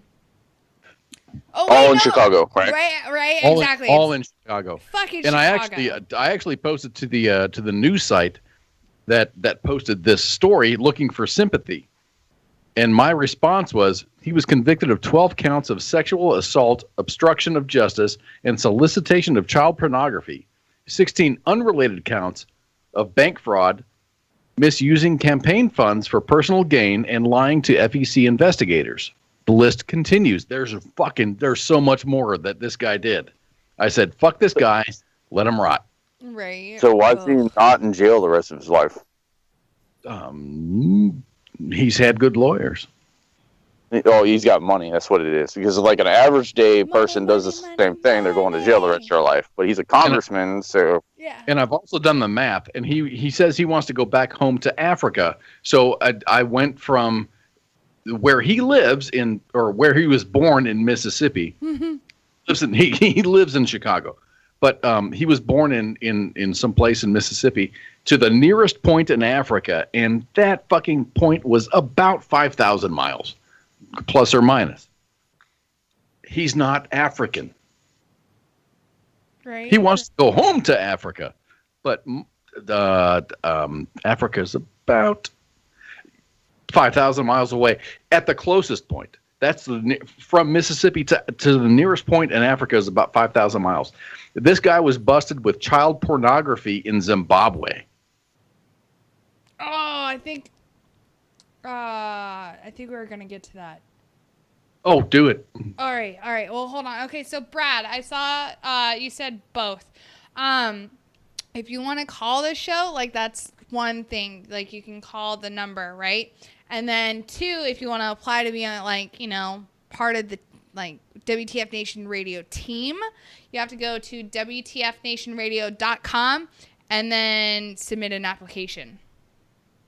It's a different application for, I guess, submitting one to like date me or like hook up with me. I don't fucking know. Someone said something about submitting an application. That's a totally secret minks application. Laid. But yeah, it's a totally different application. And we need pics. No pics. But yeah, okay. No. So apparently he also received a scolding from federal judge Robert Gettleman. There we go. Who told the Harvard graduate he could recall thinking of himself in the early 1990s that Reynolds had tremendous promise. Quote, "It's a tragedy that you squandered the opportunities you had and the type of person you could have become," Gettleman said. Reynolds represented Illinois' 2nd Congressional District, serving from January 93 to October 95. He was succeeded by Jesse Jackson Jr., who also served time in prison, like best stepdad ever said. I would like to see the voter turnout for that district. I would really like to see it. Right. Like just not just demographics, but the actual turnout. Like, what did 10 people vote this guy in?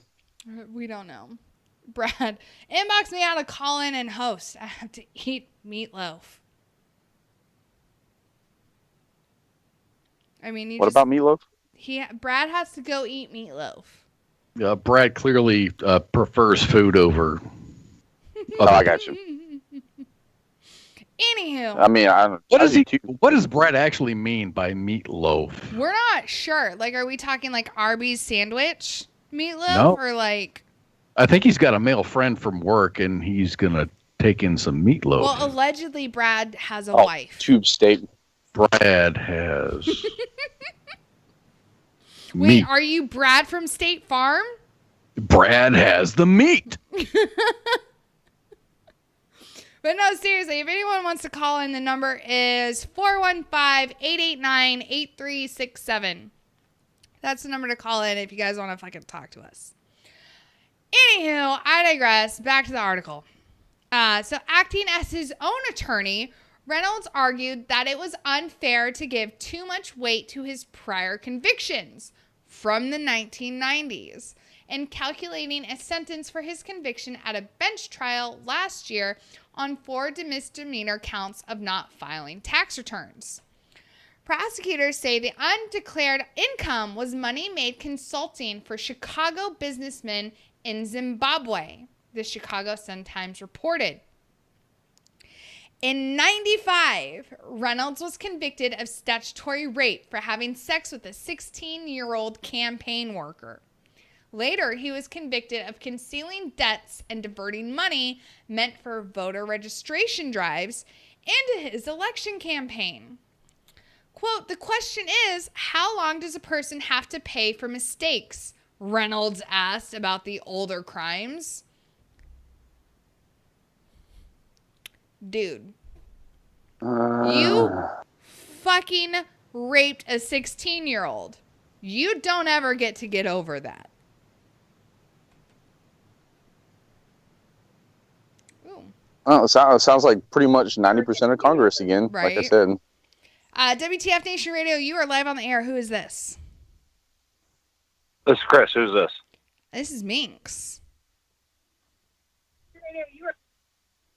You don't sound like the lady that I'm watching on the internet. No, but it is. Oh. Listen to what's in your earbuds, but not on your speaker. Yeah. What's up, dude? Not a whole lot. What are you guys doing? We're talking about a senator, an ex-congressman who wants to go back to Africa after he serves a 3rd jail sentence. Yeah, fuck that guy. Just straight to the point. I like that. Right? Yeah. I got time for that. Right? No foreplay, just straight to the point. Apparently, he wants to know how long we're going to hold having, being convicted of statutory rape, we're going to hold over his head. And possession of child pornography. Right, yeah. Which is not mentioned, actually, in this article. One of his previous convictions, which is why he was sent home from, he overstayed his visa in Zimbabwe. Mm. And then he got caught with child pornography, which is very illegal there. Is it seriously legal there? Yes. No, it's illegal. Wait, illegal? Illegal or legal? Illegal. Illegal. Oh, okay. I was about to say, think fuck is Zimbabwe. Thailand is the only place that allows child pornography or fucking kids. No shit. I think so. Apparently, it's a big source of tourist income for them. Allegedly, you won't actually find anything on the not dark web about it, but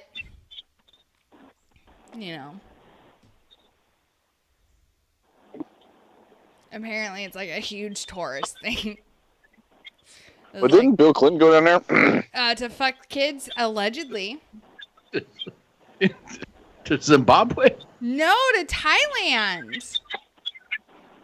That's what people do. Oh, I thought this was somewhere in the Middle East. Not the Middle East. South America. Never mind. I'm confused. Me too. Right? I'm really confused. Really confused. I'm right there. What did Bill Clinton do? Well, one, he had sex with the did not have sexual relations with Miss Lewinsky. That woman. That woman.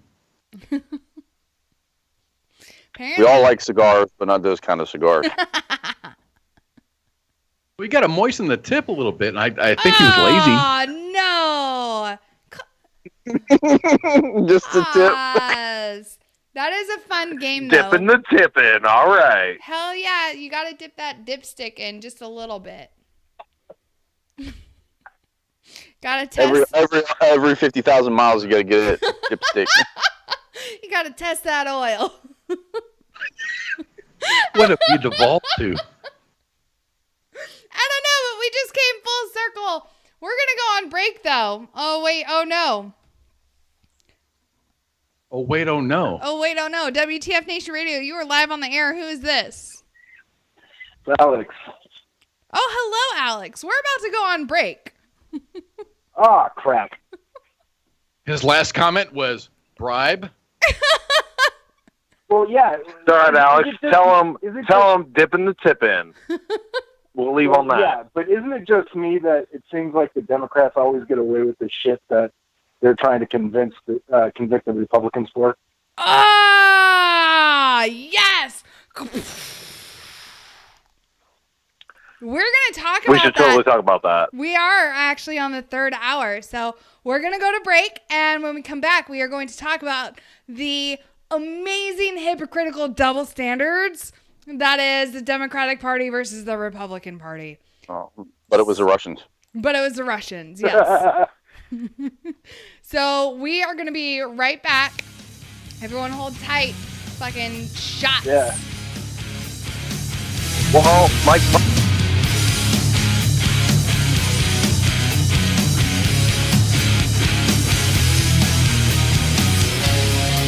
Take a look inside your life.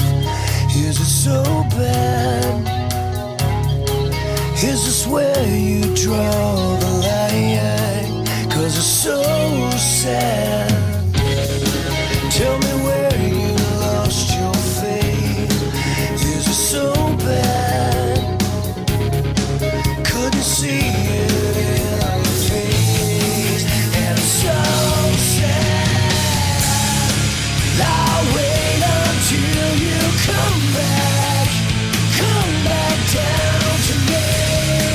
I'll wait until you come back down. Why you keep it in your head? Is it so bad? Never heard a word you say it, and it's so sad. Tell me when you lost your way, 'cause it's so bad. I'll see you when I pray, and it's so sad. I'll wait until you come back down to me. I'll wait until you come back down to me. I'll wait until you come back down to me. I'll wait until you come back down. Is it what you want? Is it what you needed now? Is it what you breathe? Is it what you're bleeding now? Is it what you feel? Is it what you're feeling now? Is it what you wanted?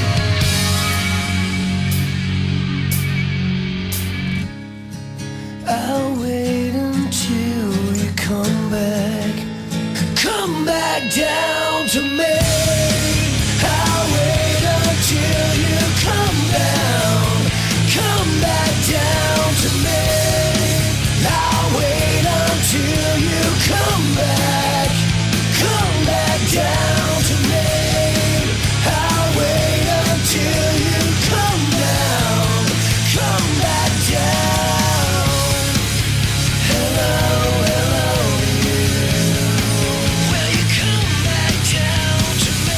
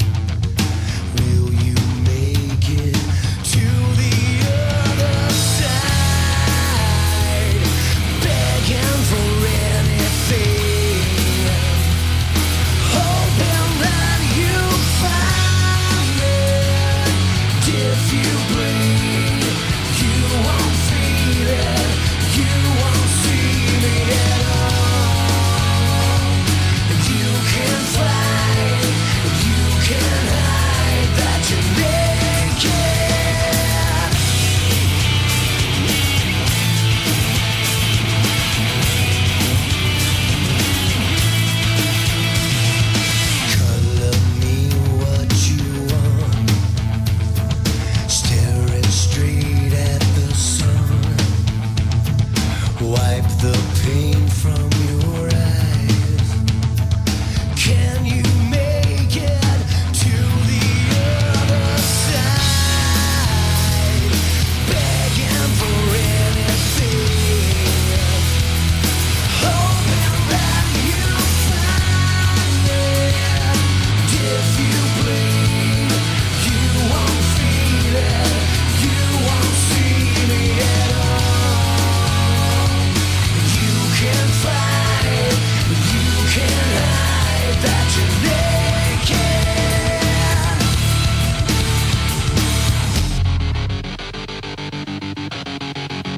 I don't need more. You leave me nothing. I don't need more. You leave me nothing.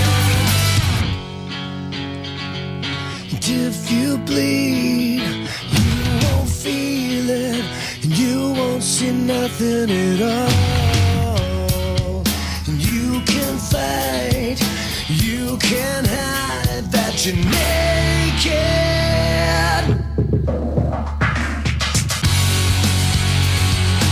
If you bleed, you won't feel it, you won't see me at all.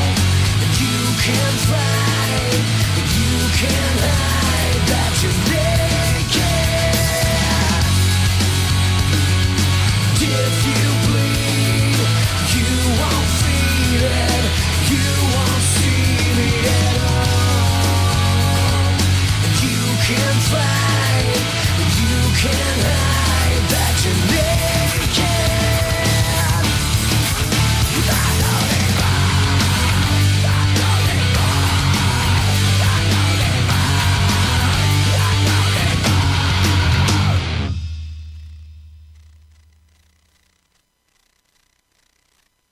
The voice of U.S. Army, WTF Moments. This is WTF Nation Radio.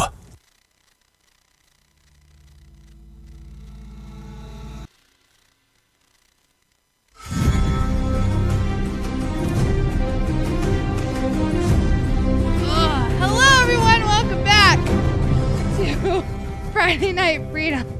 God damn it, you're so loud. I'm sorry. I was I'm sleeping. I'm in my microphone right now. Oh, talk dirty to me. God and then damn. I'm super excited. Oh, blurry. God damn. Do you know how you wake from a slumber? It's like, fuck, you're awake. You were asleep, but then bam, something happens and you're awake. Yeah, it was That's me. kind of the way I was in. I was like all sultry and That was me. I used the word sultry. Hello. Hello, WTF Nation Radio. Who's this? It's Alex again. You said call back after the break. I did. Damn, you're fast on the trigger, Right? Alex. God damn. He was waiting for it. He's like, where's that Game of Thrones music? Shit. So I've actually got two prime examples of hypocrisy. All right, hold on just One a second. is- Wait, okay. Alex, just a second. WTF Nation Radio, who is this? This is Chris. You told me to Hello call back after again. the break. God, Jeez, God, you're damn. fast. Motherfuckers. That's what she said. All right. Alex, continue. So we have Richard Milhouse Nixon, right? Mm-hmm. He was forced out of office while impeachment trial was underway. So the next president to be impeached was Bill Clinton. Yes. Bill Clinton was acquitted on all charges. Not a single Democrat voted guilty on him for the lying under oath, and doodling the intern. So the only thing hypocrisy that Clinton was impeached for was lying under oath. Yep. There was actually several articles brought against him. And Jesus, where did it go? Lying under oath, which was part of the Paula Jones thing. But he was acquitted. Yet they're trying to get Donald Trump for may or may not having sex with a prostitute. When he was not in office, and when he was not a public servant, when he was a private citizen. I don't care who he fucked. When he was not a politician, I don't fucking care. Well, honestly, I really don't care who really screws while he's in office. Exactly, that's what I'm saying. I mean, look at Camelot, or should we actually call it Camelot, under JFK. You know, that man was fucking everything with 2 legs. I mean, he's not wrong. Kennedy those are different times. Kennedy, it doesn't matter. Let's be honest. Kennedy was fucking everybody. If you're gonna screw around, you're gonna screw around. If you get caught, you pay the consequences. Mm-hmm. But my honest question is, what does someone's sexual life have to deal with politics at all? I don't know. Well, to be fair, I have that same question. It could be used as a sword of Damocles over somebody's head for anything. So what you're saying is if you lie about it, then that's the case. But if you just come forward with it and be like, "Yo, I fucked that bitch," so what? They can't hold anything over. Nobody holding up for ransom can have anything tangible because you've already aired your dirty laundry. But the last time I checked, you can't be jailed for fucking someone, unless you rape them. But that's a different story. Well, as far as I know, adultery is not a crime. Anything is considered rape. Is it? I'm not trying to make light of it, but I mean it's true. Is adultery a crime? Depending on what state you're in. Nevada, it's not. So if you're the president and not a member of any state, you have to be because you're the president of the United States. But see, the president of the United States isn't a member of any state. Washington D.C. is not a state, so any state law doesn't apply. He didn't have. However, if he did have adultery, he didn't do it while he was president. I was gonna say. Yeah, and I mean that's true too, right? All right, hold on, you guys. So basically, because of how the United States is set up and how, a lot of people like to inject their religious beliefs on everything. Being the head of a nation, you are expected to almost be better than, everyone else out there. And have these moral standards, right? Because you are the leader of this country. So with him, the whole thing comes down to this is immoral. Well, it's only immoral because of religious beliefs and personal values and whatnot. Can I call shots? Do it. Shots. If y'all don't have shots, you just had to fail.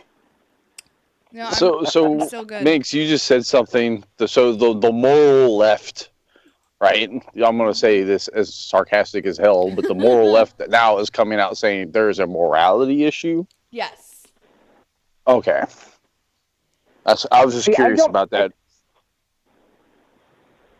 Everything about the left but the morality issue shouldn't come into effect just because you're the president. It shouldn't come into effect for any of us in public office because morality shouldn't actually affect anybody in public office just because we've separated morality from public office.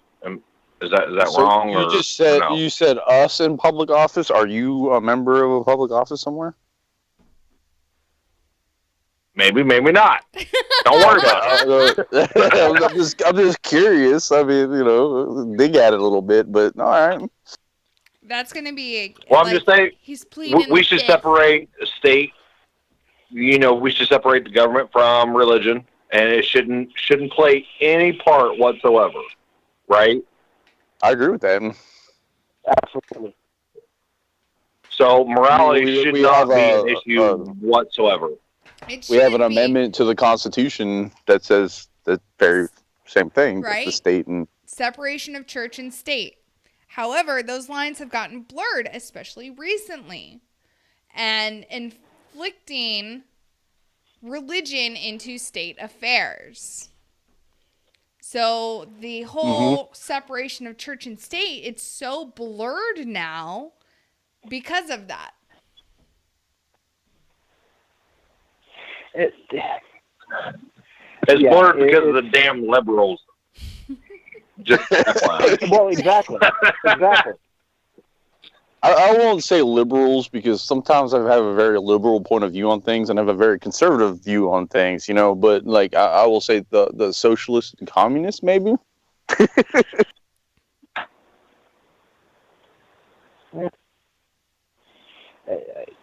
That socialist and communist line is so damn blurred, it's almost the same damn thing.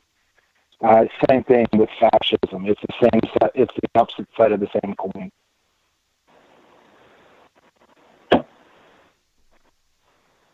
Yep. But all right, Alex, what was your second thing you wanted to bring up? So Nixon, when he was in office, he got the articles of impeachment brought against him. He left because he didn't want to be convicted, because he knew he'd be convicted by every single person in the Senate. Same with Agnew. But you have, what was that other one? Shit, thrown off on a tangent here.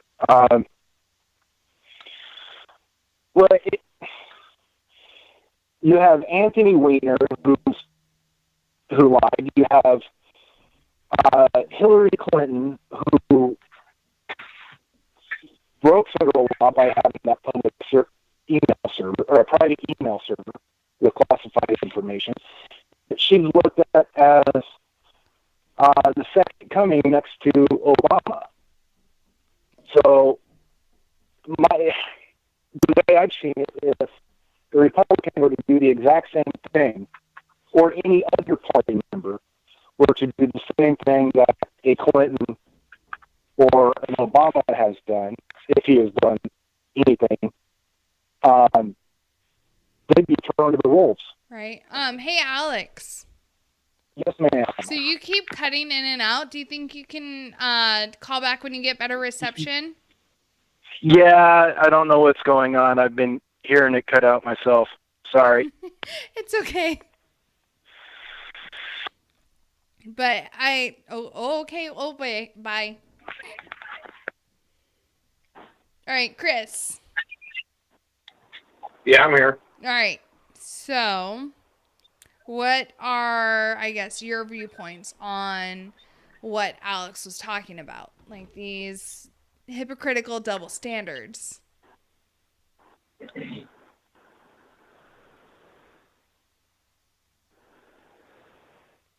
Honestly, didn't hear too much what he was saying because he was like breaking in and out. Yeah. Okay, so all right. So I'll give you a fucking example of double standards, right? So Dinesh D'Souza has come out and said that Rosie O'Donnell should be prosecuted, quote, like I was, if she violated campaign finance law. So basically what had happened is that Rosie O'Donnell had contributed over the amount that she was able to do so by using 4 fake names and 5 separate addresses. Now this Denise, how do you fucking Dinesh dude, apparently donated to a campaign and got, prosecuted for it. And so far, Rosie O'Donnell, because she donated this money to the Democratic National Convention or National Party or whatever, she has yet to come under any sort of scrutiny. Whereas this Dinesh dude has a lifelong felony.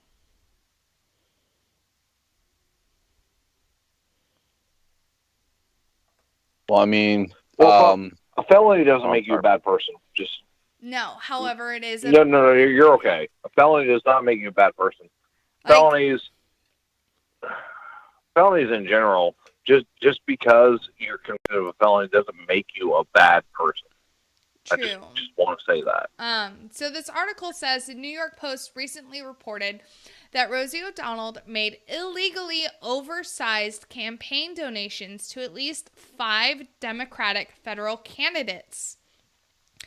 The story goes on to state the liberal comedian has regularly broken federal election commission rules, limiting the total any one person can give to an individual candidate at $2,700 per election. This limit applies separately to primaries, runoffs, and general elections. So each citizen cannot donate more than $2,700 to a particular candidate. Allegedly, Rosie O'Donnell has done this regularly, like donating more money than that. So the article says if the Post story is accurate, federal prosecutors have an obligation to charge O'Donnell with violating campaign finance law and put her on trial. And then this, hold on, let me scroll down a little bit.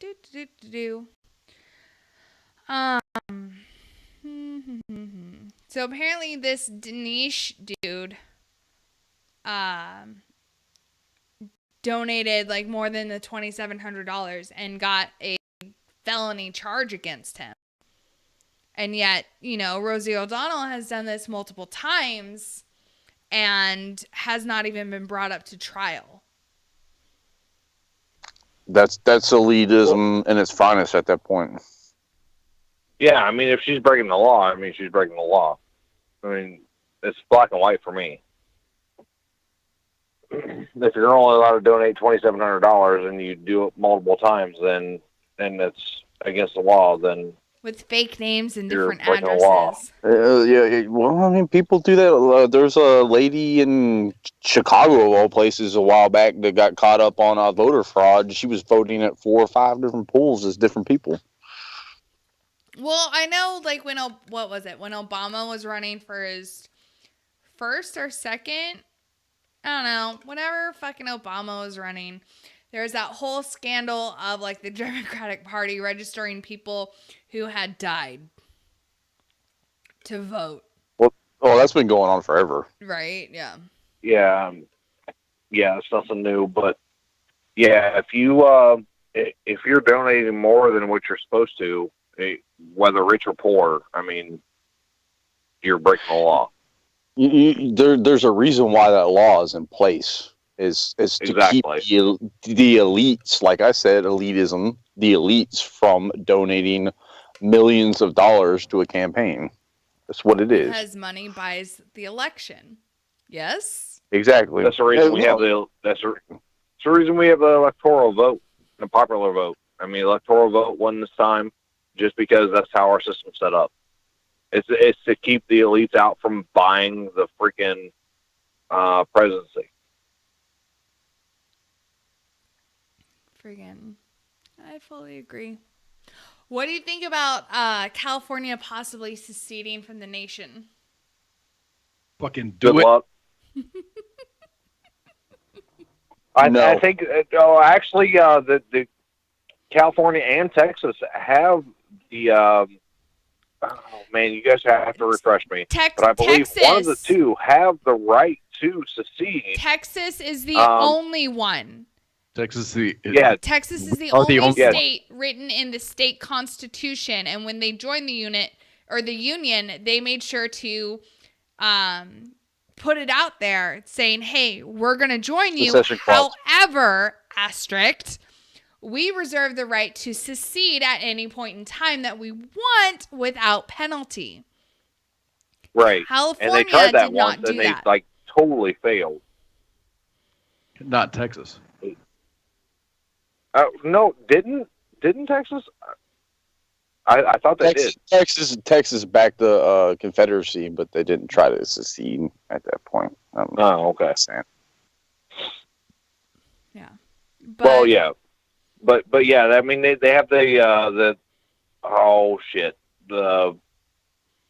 whatever California is called and Texas is called, but Okay, yeah, so they technically- have the ability to secede if they even try. That's There are areas in California that want to secede from California. yes. Right? Okay, Yeah, I so- saw that. They want to make their own nation, like the Yeah, okay, so- Northern California. They want to make their own nation. It's not that okay. So I'm from California, right? Born and raised. Technically. Oh my God, I feel so bad for you. Me too.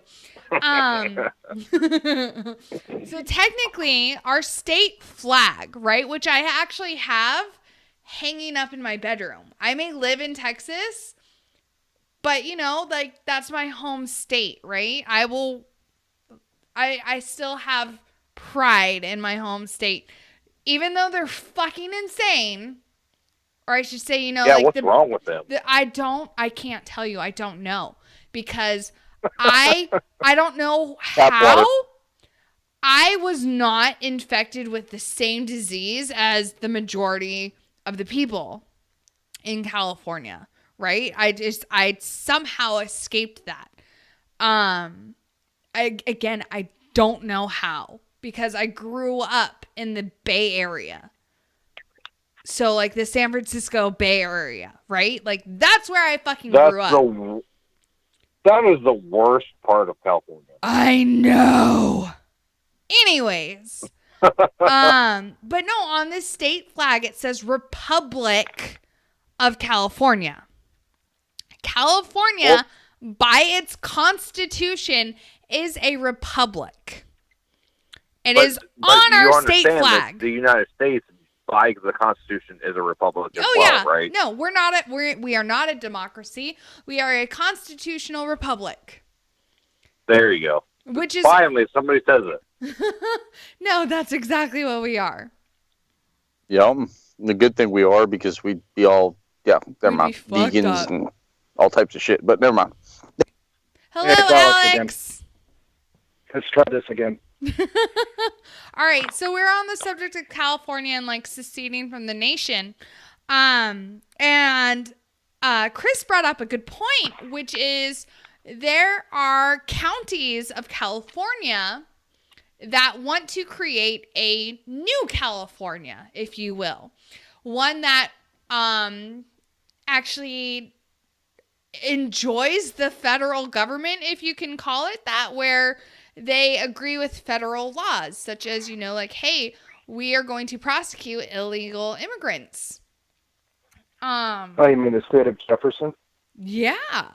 And so there's a few different options I get apparently coming up here with the midterm elections in California, where they can either vote to create New California, which would be a completely separate state from California.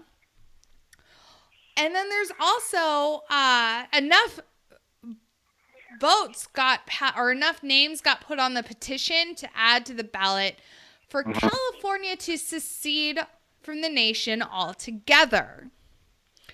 Now I understand just to understand, California does actually have the 5th largest economy of the world.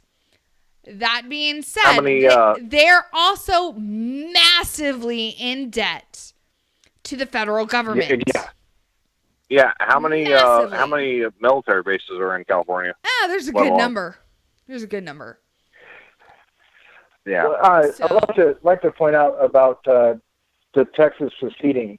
Oh, yes, go on. Texas versus White holds that the state cannot secede from the Union by an act of the state. So even though in their state constitution that says they can, Texas versus White says they cannot. So there's that going against Texas. And Texas isn't going to. It could be used against California as well. Well, I mean, you got to think if a state tries to secede anyways, you got to think how many, as far as Texas goes, how many active duty posts are in Texas? Active duty. All those federal employees, that federal money that goes in there, those towns dry up. That's the end. California as well. I mean, California does milk and, yada, yada, yada. We pull that federal money out of there. Plus, you got to think California has Senator Asphalt.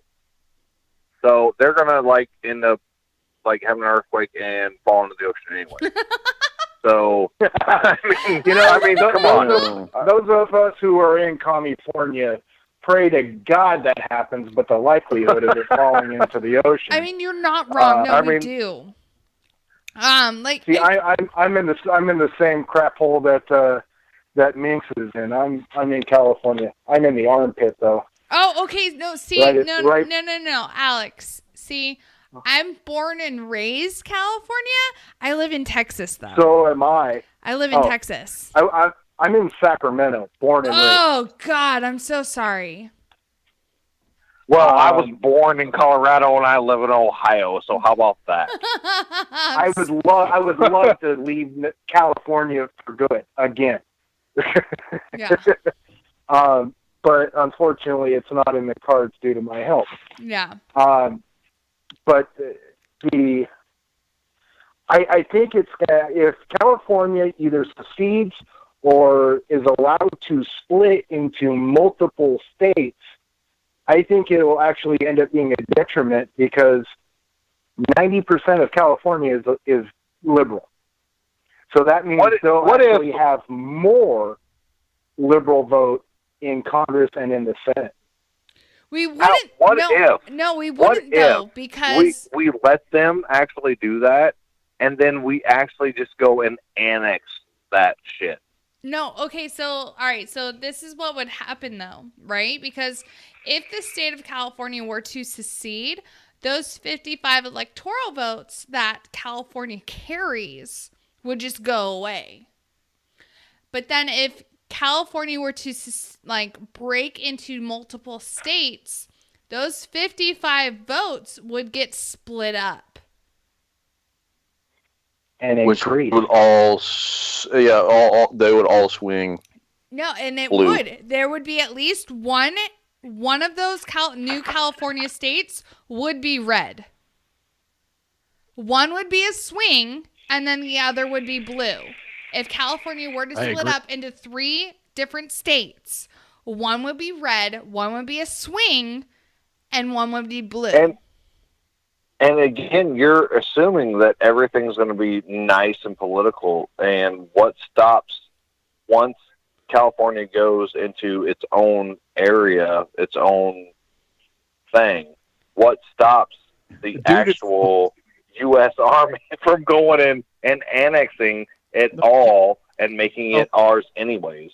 With all things being civil, if you split California into 3 separate districts, Southern California would be red, Northern California would be red, and then all that garbage surrounding LA would be blue.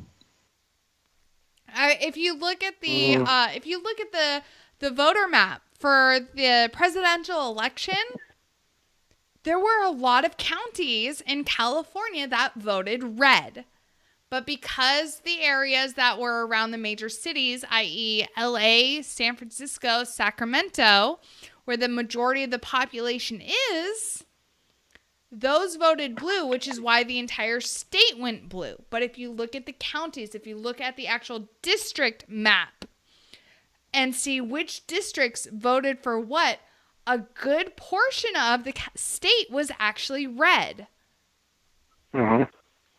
Which is why if California were to break up into different states and like into 3 states, because there are a lot of conservatives in California. I have a shit ton of families still there, and they're all conservative. And there's a lot more libertarian in California than there are anything else. That too, which is why if the state were to break up into separate, if the whole state were to break up into more states and like stay in the union, but have like add 2 states to it, you would have a lot more swing. Like the whole state, those 55 electoral votes would be broken up into those 2 additional states, which means you have 2 more states that could swing either way.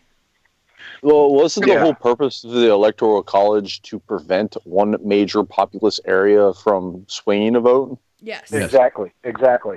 So California has what, like almost we have 55. Quarter? We have 55 electoral votes because of our and population. There's how many electoral votes available? 207. Like 200 something? Available in total? Total. How many? Total, like, I'm not because sure. It seems to me like California has the majority of the vote at that Yeah, point. no, California has the most electoral votes of all the states. However, so that's kind of defeating the electoral. It's defeating the whole purpose of the Electoral College at that point. But you need they have the most votes. Again, Pookie, you need 270 electoral votes in order to win the presidential election. So one state has 55 of those? Yes. But Yes, even though Trump lost, what I'm saying. Trump lost California in the 2016 election. Trump lost California. Total shocker, Hillary. man. I thought he was going to get it. Yeah, it was. Hillary got how he won California is beyond me. However, is that one state has a majority of vote of the Electoral College? Because of the population, though. So then they need to split the state up. And that's on the ballot. Like we were just talking about that. Yeah, no. What they need to do is votes they need would to be evenly split up. distribute the electoral votes throughout every state. So if there's 270 votes needed, each state should have an even amount of electoral votes. So that way, but that's allowing them. It doesn't work that way. Yeah, no, it's allowing I know them it doesn't, but it should be. No, that's allowing the minority of majority at that point. So again, and you're all three's debate. You're all forgetting that it doesn't matter about the votes and who does this and that or the other. You guys can vote on if California secedes from the union. You guys aren't counting on whether or not the union decides to say, oh, well, I don't give a shit about your vote and you're mine regardless. I don't agree forget about that or what? I don't you're agree still with stuck on secession. We're sitting here talking about like splitting the state into multiple states. Well, even if you do that, I mean, then it's just going to be easier to conquer, in parentheses, conquer each individual state versus that. I mean, the United States is not going to let a mainland state secede and be its own entity. I mean, it's just not going to happen. Just because California votes to do it doesn't mean the federal government will allow it to happen. Yeah. I mean, it's totally not going to happen. I mean, it can happen. We can't have a piece of the homeland in a foreign. I mean, because it will become foreign. I mean, everything will become foreign. There's no way. Nevada's. I mean, dude, they're going to activate. For one, every active duty port in the Navy is going to activate. Every National Guard is going to be Title 10 as far as California is concerned. Nevada, Oregon, Arizona, they're all going to go active Title 10. They're all going to invade California. California actually has the largest military base in the country. in Southern California. Yeah, no, I was You know, stationed there. Fort Irwin is big enough to fit Rhode Island inside of it. I and have know. room left over. I know. I was stationed there. It was awesome. So Yeah, I mean, if there's shit hits the there is fan, no the Black way. Horse is going to run ripshod. Yeah, I mean, it's just going to be bad for everybody. If they vote, I mean, the government's going to be like, all right, yeah, that's cool. Y'all voted. Y'all got a voice. But we're not going to let it happen. So, fuck yeah. That's pretty much what's going to happen. It'll be It very would just be interesting. bad. It'll be interesting, that's for sure. Interesting is a unique word for a California situation. Yes. Yeah, I mean, you know, props to California for leading the way, and you know, like, I don't even know what, because I don't agree with anything California does, but you know, they do good things for libertarians, you know, whatever. But dude, that would just be so bad to have California's really, really big, and for our eastern coast or western coast to be like that, to be like undefended and to have nothing to do with the government, oh my god, that would be so bad. That would be bad. But if California seceded, that whole coastline is no longer a worry for us. California Yeah, is but one of the you few see states what I'm that saying? said, fuck you, we're staying our size. Yeah, I mean, if California is just like, you know, we're not part of the U.S. anymore, then California leaders would be like, oh, hey, Kim Jong, why don't you come on, put a base over here, and fucking, why don't you invade our fucking country? Good fucking You know? point. You know, hey, how about fucking Iran? Come over here and put a base on our continental side. That's definitely. Oh, by the way, here are some nuclear power plants Stop that it. you can leech off of. That'll make perfect Chris. weapons, Alex. munitions. There is no Chris. way the government's going to let that happen. Oh, we'll go to war with California before that fucking shit happens. I don't know if I'm allowed to cuss on the radio, so. I do it all the but I'm time. fucking But hammered, hey, stop it. It was good having you guys on air. Good night. Good night, you guys. I'll be listening in. Okay, bye.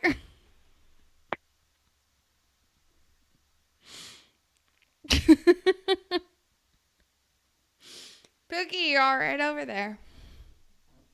Oh, I'm fine. Buggy, you're all right. Hey, whoever is your guys' admin on the chat room, tell them thanks for not kicking me, because like that fucking one guy.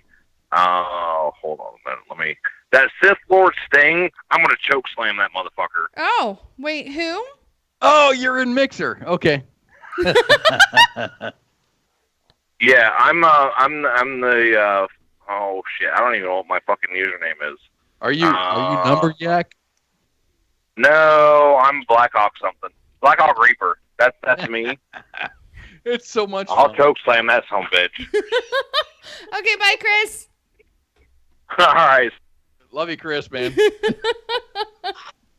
Dude, the Mixer chat is fucking live. I'm gonna choke slam that motherfucker. Yeah, okay. I'm almost out of my drink. and here I am. Fucking, I'm like searching for gifts, like choke on this dick. I'm like, Oh, my man. That was fun. Yes, it was fun until I started getting heated a little bit, but I'll be quiet. but when you come back to it, you're like, fuck, yes. Deep breath, slap your chest and go, fuck, that was kind of cool. And then you go to bed, and then you wake up tomorrow morning, and you're like, motherfucker, I'm pissed. Yeah, exactly. Oh, speaking of tomorrow morning, I'm doing a concealed carry class tomorrow. Oh, cool. Apparently, I'm going to want to choke some motherfuckers during the classroom portion. Like choke slam? Or yes, just choke? because apparently there's going to be like dumb bitches in there who don't know how to insert a magazine into the weapon. Hey, wait, what? I don't know. These are the horror stories I've been hearing all day. Because, I let people know because I'm actually, so with Texas, right, your concealed carry, you can qualify with either a semi-automatic or a revolver, right?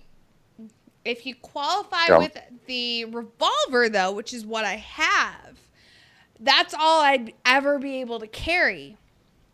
But if I qualify with the semi-automatic, which again is not going to be an issue, I've done this a few times, then I'm able to carry either a semi-automatic or a revolver.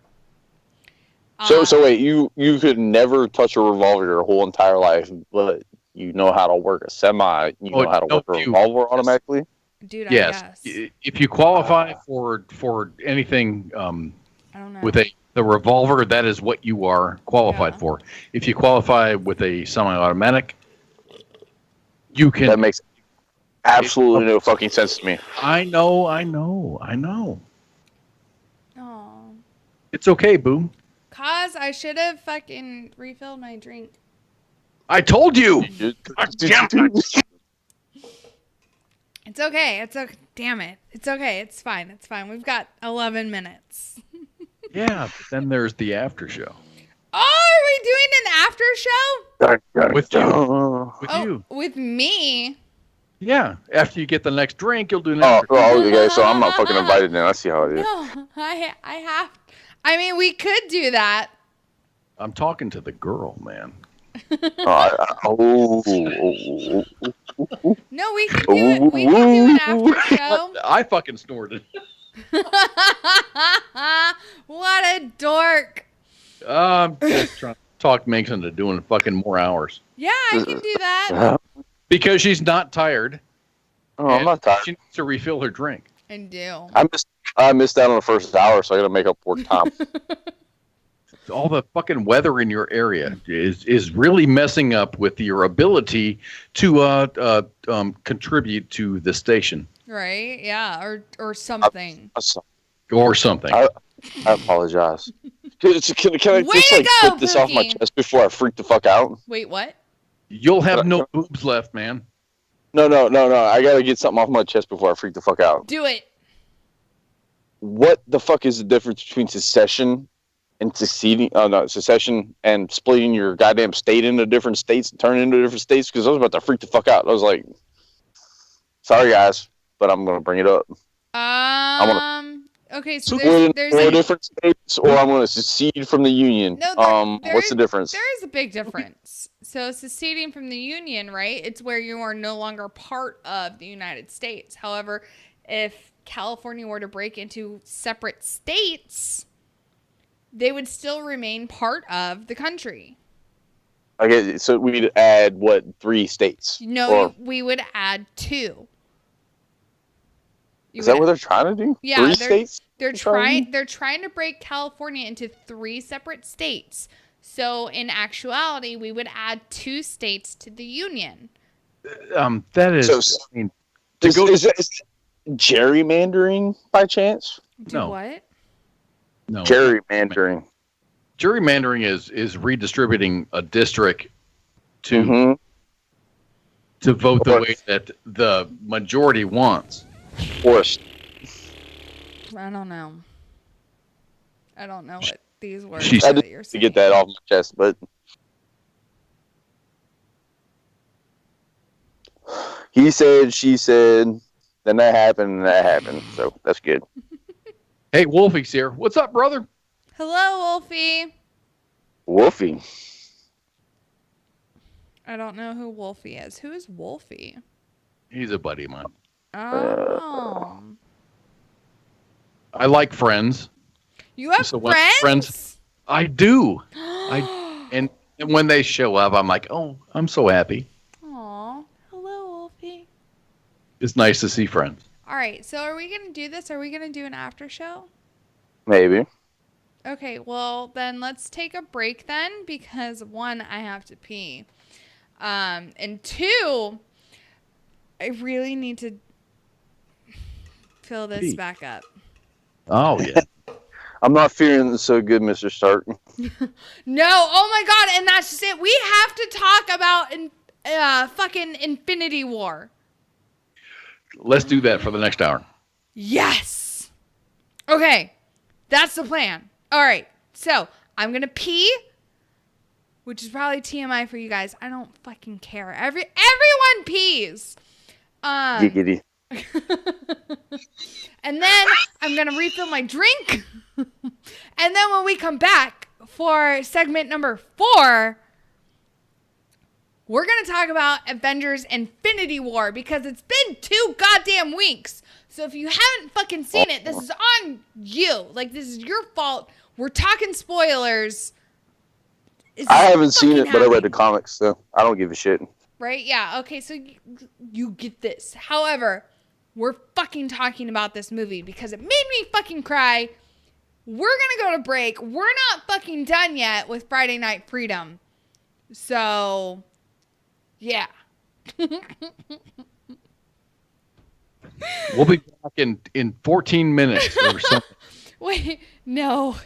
Oh, I mean, make it short. I mean, go poo and do your thing. No, I don't have to poop. I fucking did that before the show started. I didn't realize women pooed. We do. We do. I mean, like one song, go pee, we're back. No, okay, it's going to be 2 songs and then voicemails because voicemails are awesome. Yes, I agree. So 2 songs, voicemails, and then we'll be back. And then a poo. No. On the air. I already pooped. I told you, I already fucking pooped. I've got this. I don't. I've got it. But I don't know what to tell you except I don't poop multiple times a day. All right, it doesn't happen. We're gonna be back. Fucking shots. That last time that you fucking wow. You stumble around the time you waste, and your table's overturned. Sooner or later, you crash, then you burn. I think I wanna die tomorrow. And are you gonna be with me? I think I wanna die tomorrow. 'Cause I'm out of time, and I'm out of my mind. The simple ways come and go. Still I love the way you turn me on. But I just can't find the words. 'Cause everything I say sounds so absurd. I think I wanna die tomorrow. Tired of being with me. I think I wanna die tomorrow. 'Cause I'm out of time, and I'm out of my mind. But it's so fast. It's so fast. And it's so fast. That I can't let go.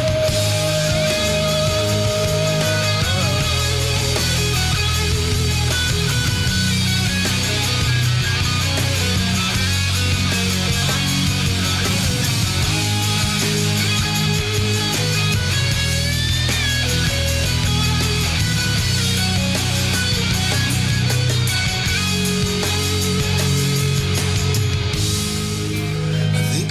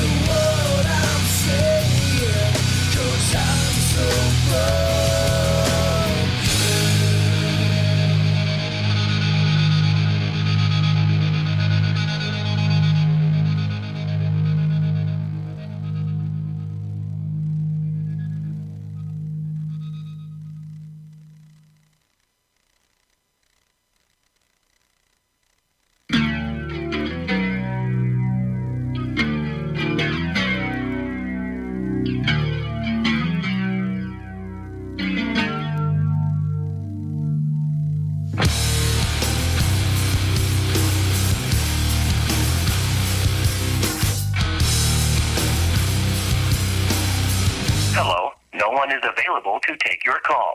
Please leave a message after the tone. Fucking answer your phone, AK.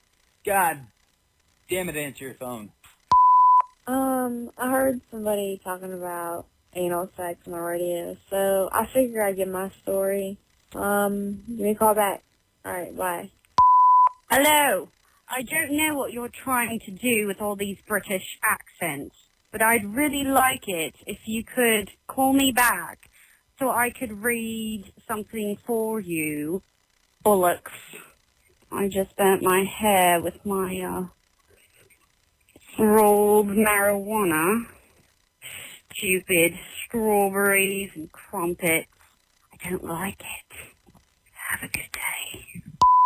Hey baby, you gave me your number in the fucking bar. This is fucking Lewis. How you doing? I don't know why you ran off in such a rush. Yeah. I know you're digging my vibe, baby. Just give me a call back. You know the number. Go fuck yourself, Bobby. Hey, just wanted to talk about your guys' radio show and how awesome it is and the other guys sucked. Anyway, yeah, make America great again. I don't know how to use this. Roll velvet ears. Put the monkey down. Oh, God. Never mind. Hey, brother, we need to get your show nationwide on this Sirius radio or satellite or something. Kind of hard to watch it when it comes on this damn little cell phone. Let's see what we can do to get you nationwide. Love to see you. Love to hear you. Continue on. You guys need more fucking lines if they're all busy. What the fuck? Get some more. Let me shit in your mouth. Everything stated on WTF Nation Radio is to be considered the opinion of the person that stated it, and not an official representation of WTF Nation Radio or U.S. Army WTF Moments. Price does not include tax, title, or license. Some assembly required. Each item sold separately. Batteries not included. Objects in mirror are closer than they appear. If conditions persist, contact a physician. Individual results may vary. Keep out of the reach of children. Avoid prolonged exposure to direct sunlight. Keep in a cool, dark place. And please enjoy the show. What? Her name is Khaleesi. Khaleesi. Khaleesi. Also known as Daenerys Stormborn. Is Hello, she everyone. single? She's fucking her cousin, actually. I guess she's kind of twisted. It's fucking medieval times. Like, it's cool. If you fuck your cousin, it's fine. Like, not in real life. But Also like acceptable in Alabama and West Virginia. And Arkansas. You see where I'm going there, Red Leg? Oh, no. We're back for part 4 because we can't apparently have enough of this. We're on the air? We are. Of course we are. We're still on She the said, air. She said, hey, as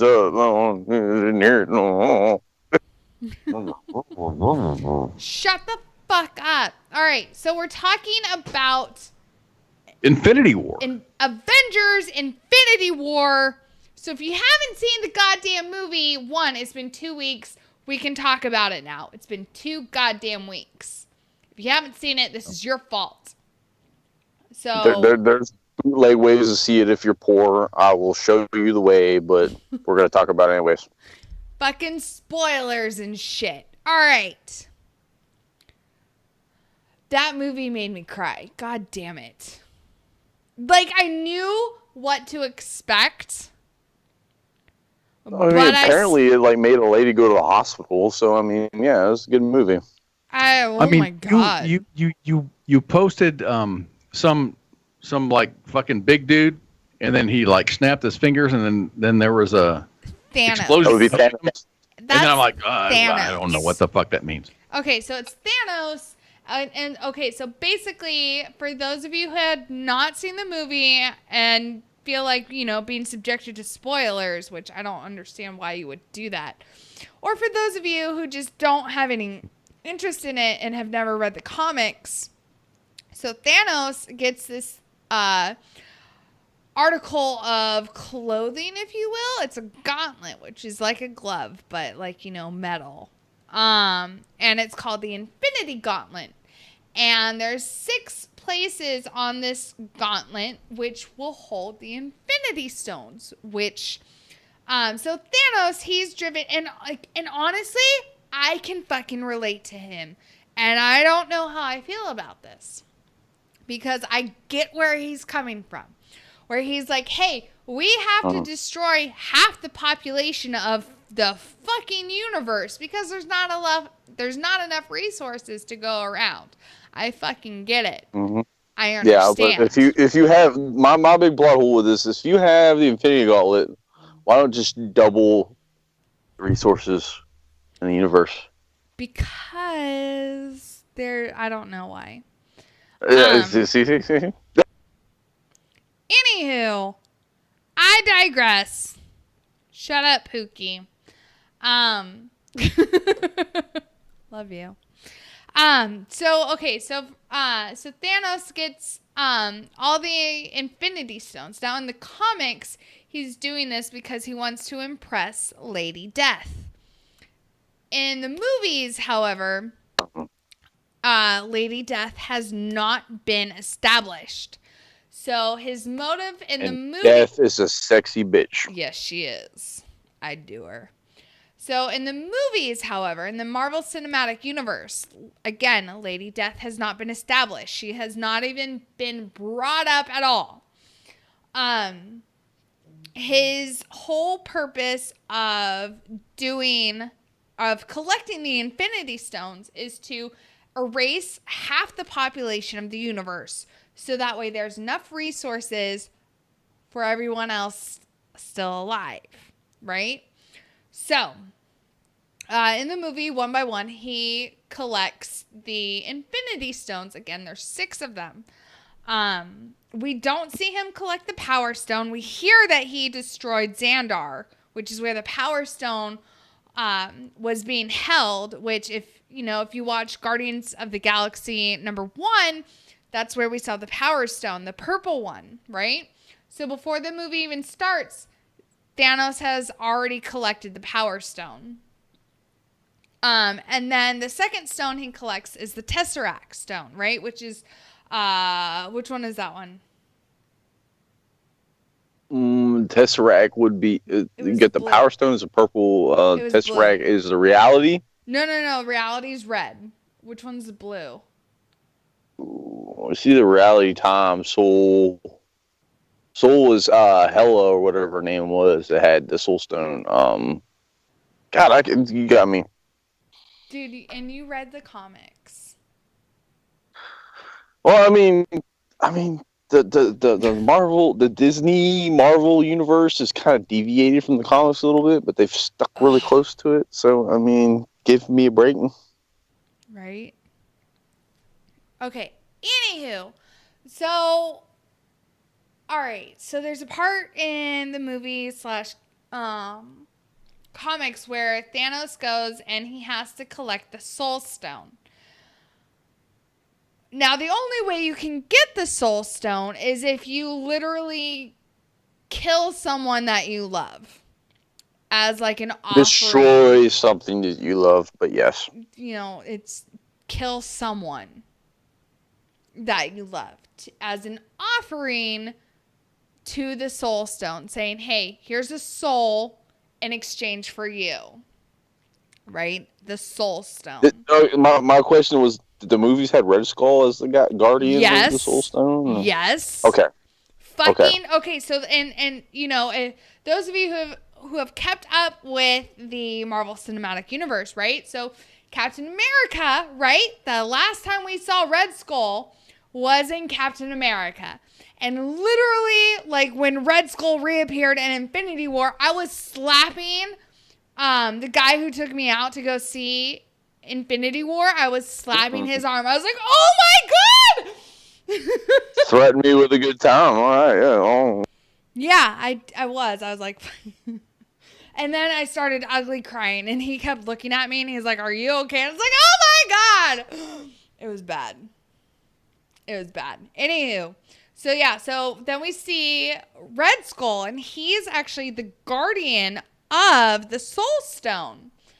And he brings up how, when he was still alive, he was trying to collect at least one Infinity Stone. However, he was unable to possess it. And he was trying to possess the Tesseract. Right? Remember? Captain America. First one. Yep.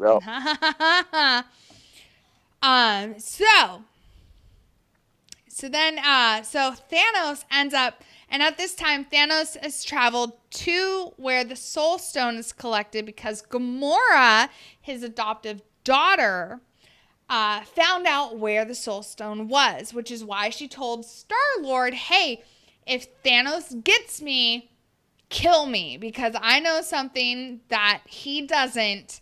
You need to kill me to keep this information from him. Which Star-Lord does try to do. And Star-Lord does try to kill Gamora. However, because of the Reality Stone that Thanos has already obtained, Thanos is able to reconstruct the reality. And therefore, Star-Lord is unable to kill Gamora.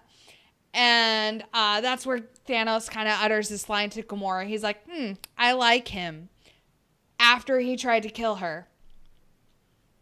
But then, so we, fast forward to where Thanos gets the Soul Stone. So Thanos actually throws Gamora off of a cliff, right? In order to obtain the Soul Stone. Again, fucking spoilers. And I felt really bad for Thanos at that point. Because it was quite obvious that he legitimately loved Gamora. And that it hurt him so bad to sacrifice her in order to obtain the Soul Stone. But he was doing it to, I guess, cause the greater good in his mind, right? He had to sacrifice someone that he loved to get the outcome that he thought was the right thing, which was erasing half of the population. And he could only do that if he had all 6 Infinity Stones. And again, you physically could not get the Soul Stone without sacrificing someone that you love. Which Gamora actually she started laughing when she heard like, oh, you have to sacrifice someone that you love? Haha, this is funny because you love no one. When in reality, no, Thanos loved Gamora, his adoptive daughter. So that started my fucking crying. And then, so once Thanos collected, and then the next time I started crying was when Scarlet Witch, who, by the way, this was the best movie for her. Like, you could actually see what she's fully capable of, instead of just kind of like doing this little thing with her fucking hands and like, oh, cool, he's floating, I guess, and oh, she's making shit float. What the fuck is she fucking good for? Fucking Avengers Infinity War, you could see, like, they fully exploited, if that's the right word, Scarlet Witch's powers. And you were like, God damn, she's a bad bitch. Like, fuck yeah. And, like, that was my reaction to Scarlet Witch. But, so the second time where I fucking just lost my fucking shit crying was when Scarlet Witch was destroying the Mind Stone, which was in Vision's head, right? Which was essentially killing Vision, who Scarlet Witch is dating, and like in a very committed relationship with. And so I started fucking sobbing because I'm like, oh my God, she's killing the guy that she loves. Like, fuck me, I can't fucking stand this. Like, this sucks. And then, like, they had this whole fucking sad soundtrack to go with it. And I was like, God, I can't take this anymore. So that was the second time I started fucking crying in the movie. Was when Scarlet Witch was killing Vision. Which You leave the time stone, however. yes, due to the time stone though, when Thanos appears in Wakanda, where all this is taking place, he's able to reverse time, bring Vision back to life, and recreate the Mind Stone that Scarlet Witch had managed to destroy. So Scarlet Witch, again, is a bad bitch. Like, she's powerful as fuck to be able to destroy an Infinity Stone. Is she powerful but cunning? No, not cunning, because throughout the entire movie, Vision has said, hey, you have to destroy this stone that's in my head. It's fine because, you know, you're sacrificing one person to save half of the universe's population. And Scarlet Witch is like, no, I'm not going to do it. Like, I refuse to do this, blah, blah, blah, right? I love you, blah, I can't fucking do this. So then, by the time that it actually happens, Thanos, like, as soon as she fucking, destroys the Mind Stone, Thanos is already there. And so he's able to literally turn back time by like 30 seconds to where the Mind Stone has not been destroyed. And we can change it. Oh, cool. So he physically like rips it out of Vision's head, which kills Vision. And so like, that sucked. And I just, like, started crying then, right? But then Thor is a total fucking badass, right? And, like, let's talk about fucking, what was it, Stormbreaker. Like, yes, Thor's new axe, right? Which is, the handle is part Groot. Because Groot was, like, you know, fucking Tyrion. Yeah, Groot. Yeah, so Tyrion Lannister played Dimitri. Wait, hold on a minute. Lannister, like Game of Thrones Lannister? Yeah, like so Peter Tyrone Lannister? Like So Peter Dinklage, who plays Tyrion Lannister. Tyrone Lannister. Oh my god. He plays a giant called Dimitri, who actually so fucking I know. So he plays Dimitri, who is actually the guy and who. He's black? No, he's white. Demetrius? He's white. Demetrius Lannister is a giant, but Tyrone Lannister is a midget? Yeah. Mind you, I've not seen any of this. Right, and mind you, I'm drunk, right? So you only had 2 drinks. Oh, they're strong though. You know how much I love you. I know. Continue. All right, so right, this is a drunk girl's explanation of Infinity Wars, right? So then we've got Dimitri, who is actually the what's the right word? Forger, who made Mjolnir. I don't know how to pronounce Thor's actual hammer's name. But it's like Mjolnir, right? Meow meow. So Mjolnir. Meow. Meow meow. Meow. Mjolnir, you know, gets destroyed in Thor Ragnarok, right? Which is why Thor does not have his hammer for Avengers Infinity War. So he goes to this fucking star, to the forgery, right? Is that what it's called? I don't know. Where they like forge stuff. The forgery, but like not paperwork. The forge. It's a forgery. It's a forgery.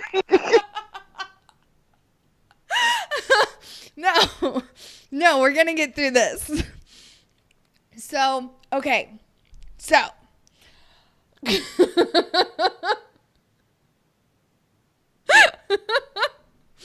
So he goes. Spoiler. I already put spoilers in the fucking video description. We talked about spoilers before we started the 4th hour. There's spoilers. So Thor goes to the forge. So Will. Shh. So Thor goes to the forge. And Tyrion Lannister, who is a giant now, named Dimitri, says like, hey, I do have another mold that in like enough supplies. However, you have to open up the fucking forge to let the stars' energy come through, right? So Thor fucking literally holds up this fucking door, like holds it open and like is blasted with the fucking energy of a star, and he fucking lives because Thor's a badass. God. Yeah, well, I mean, there's that too. But yeah, and so there, Dimitri is able to forge 2 halves of an axe, which is made of the same material as Mjolnir was. Right, his hammer. Mjolnir. And so the 2 halves of the axe are forged, and then Dimitri starts running away, and he's like, where's the handle? Right? And like he starts fucking freaking out because he can't find the handle of the axe because Thor's dying, and he needs his power of Stormbreaker to make sure he doesn't die, right? So then Groot, oh God, I love Groot. Right? So Groot's sitting there like playing his video games, like acting like a normal teenager because again, at the end of Guardians of the Galaxy 2, if you see the after credit scene, Groot is now a teenager, right? He's no longer baby Groot, he's teenager Groot. And so teenager Groot's sitting there like, you know, fucking minding his own business, being a moody teenager. And he sees like, oh, hey, shit, we have to, you know, get these 2 pieces together. Otherwise, you know, Thor dies and this is unacceptable. So then Groot fucking literally takes his arm and molds his pieces of Stormbreaker together and then cuts his arm off. Because again, Groot's fucking awesome. I am Groot. Okay. All right. So, like, I'm going to start crying. So then, like, Thor shows up in Wakanda with Rocket and Groot, and he's like, you know, fucking kicking ass, taking names, and just being fucking sexy, right? And then Rocket teams up with Bucky. Like a sexy Groot? No, Thor. Thor is sexy. Thor is sexy. Is he a big red dude? No.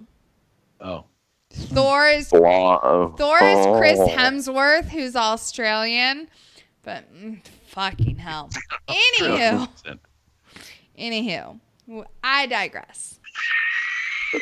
Thor wields Mjolnir. Thor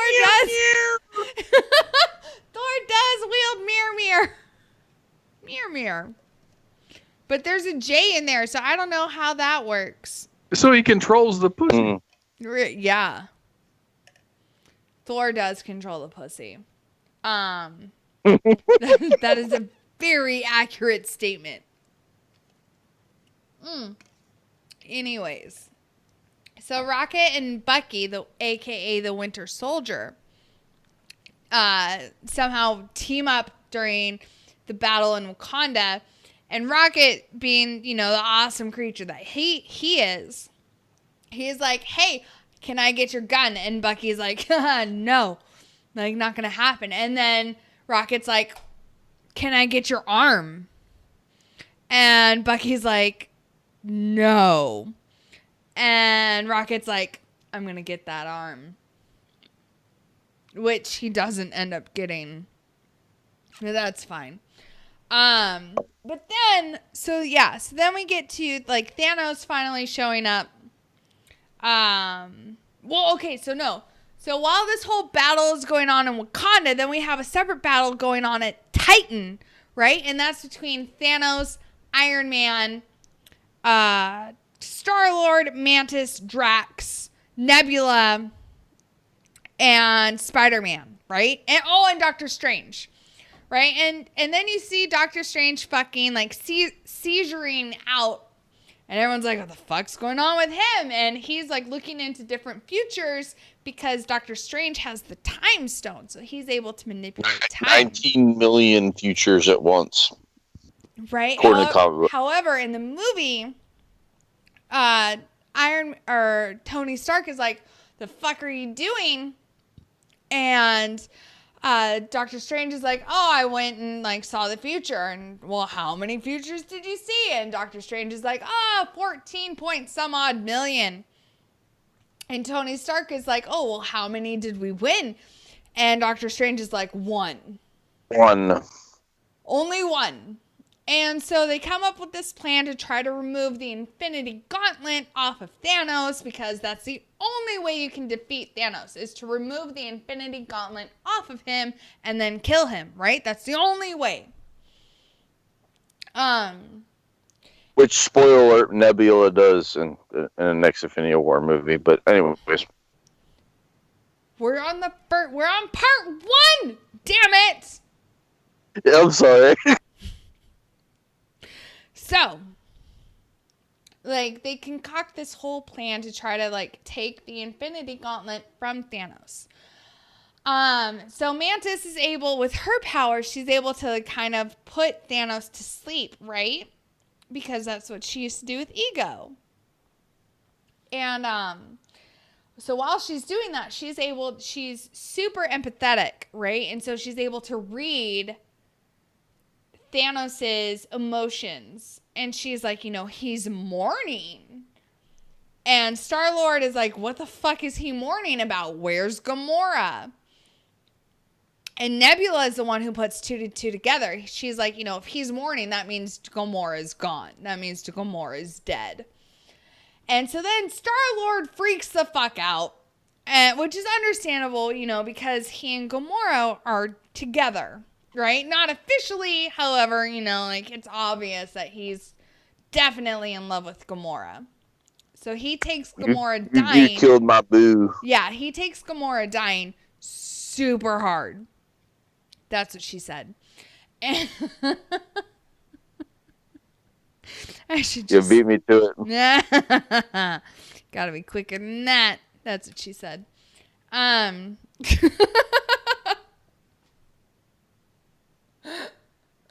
So, Star-Lord starts freaking out. He starts punching fucking Thanos, which knocks Mantis off of his head. So he's able to regain consciousness as Tony Stark and Spider-Man are pulling off the Infinity Gauntlet. Like, they almost fucking got it off. And then Star-Lord starts, fucking shit up.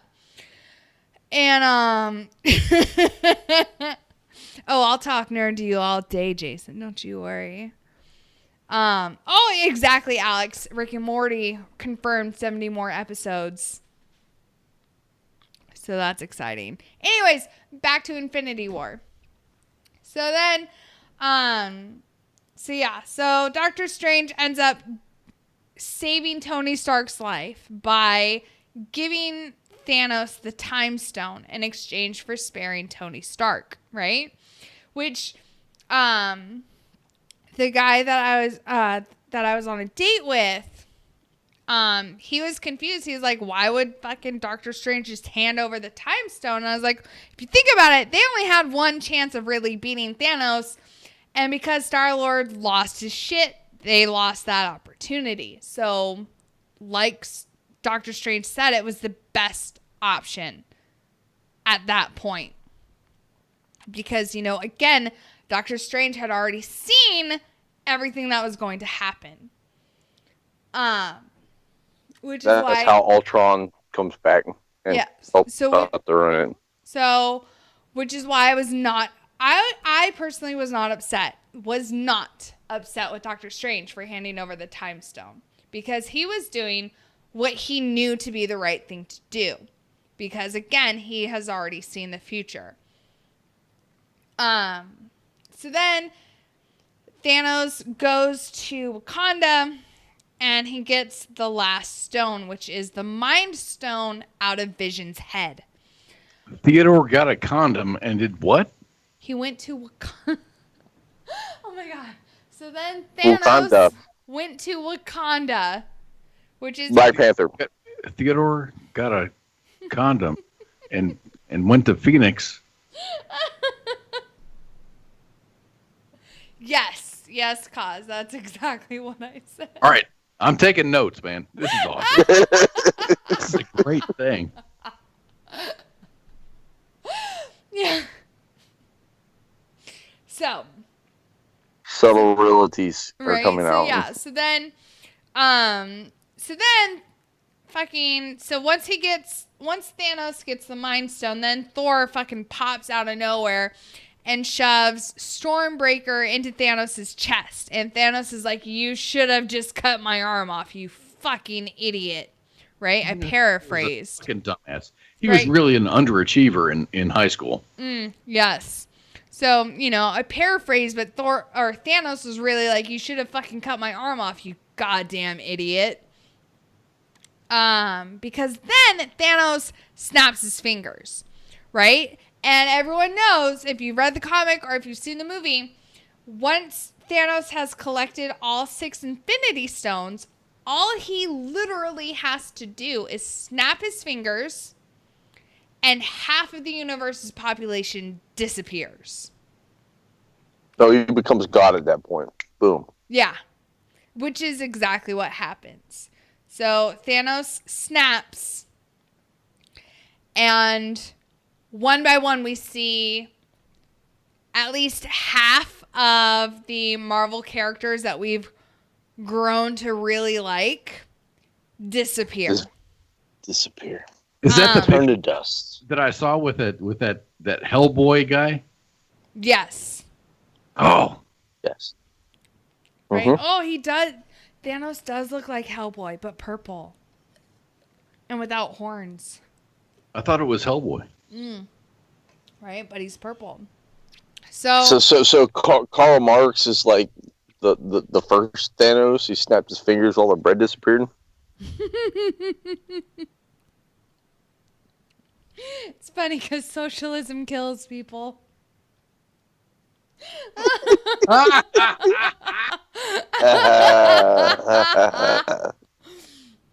Anywho, so we see T'Challa die, who's Black Panther, right? T'Challa disappears.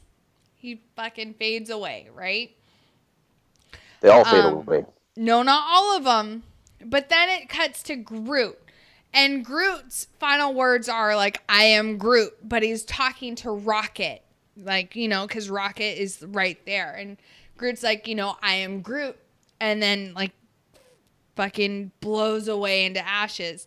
And what fucking kills me, like, I started sobbing. Like, ugly cry sobbing when Groot fucking starts to evaporate, right? But what fucking killed me even more is that someone on Twitter wrote a tweet to the screenwriter of Infinity War Part 1, and he was like, "Hey, what was Groot's final sentence? Like, what did Groot say? Like, what was his final sentence?" And the writer wrote back, and he was like, "All right, Groot's final words were," and then he's like, a couple spaces down, and spoiler, he looked at Rocket and called him Dad. Oh, it's rough. Right? Too bad that there is a Time Stone and a Soul Stone still in existence. I know. Shut up, Pookie. I'm aware of this. But fucking hell, man, I was sobbing when Groot fucking faded away. Even though I know there's a good possibility of him coming back, it still fucking hurt. Which is why I fucking I was still ugly crying when they cut over to Titan and they showed Spider-Man, right? Peter Parker, fucking Tom Holland and his adorable ass. Because again, Tom Holland's only like a teenager, so he's fucking adorable. And he was like, Mr. Stark, I don't feel so good. And like he's kind of like holding on to himself. And then he slowly starts to fucking like dust off. And he's like, Mr. Stark, I don't want to go. Oh my God, no. I lost my fucking shit. I was like snotting out of my nose. I was bawling. Even though I know there's a fucking Spider-Man 2 coming out next year. Yeah, the Spider-Man 2 is supposed to be a prequel? Like they did with Homecoming, it takes place beforehand. Either way, I know it's coming. So, like, I know he's, like, not fully gone. There's videos leaked right now of the next, I guess, Avengers. Yeah. He's in it. I know they that. All come back. They all come back. I know that. Captain Marvel solves all this shit. Pookie, I'm fully aware, but I still cried my ass off. I'm fully, and then, then it cuts to the after credit scenes, right? The after credits, you have to wait for all of the fucking credits to scroll through. Like, it's not mid credits. It's not like in the beginning of the credits. You have to sit through like 6-7 minutes worth of credits before you get to the after credits scene. And it's Nick Fury and Miranda Hill in New York City, and they're driving and they have an accident because, again, Thanos snapped his fingers, which means half the population is now no longer in existence. Miranda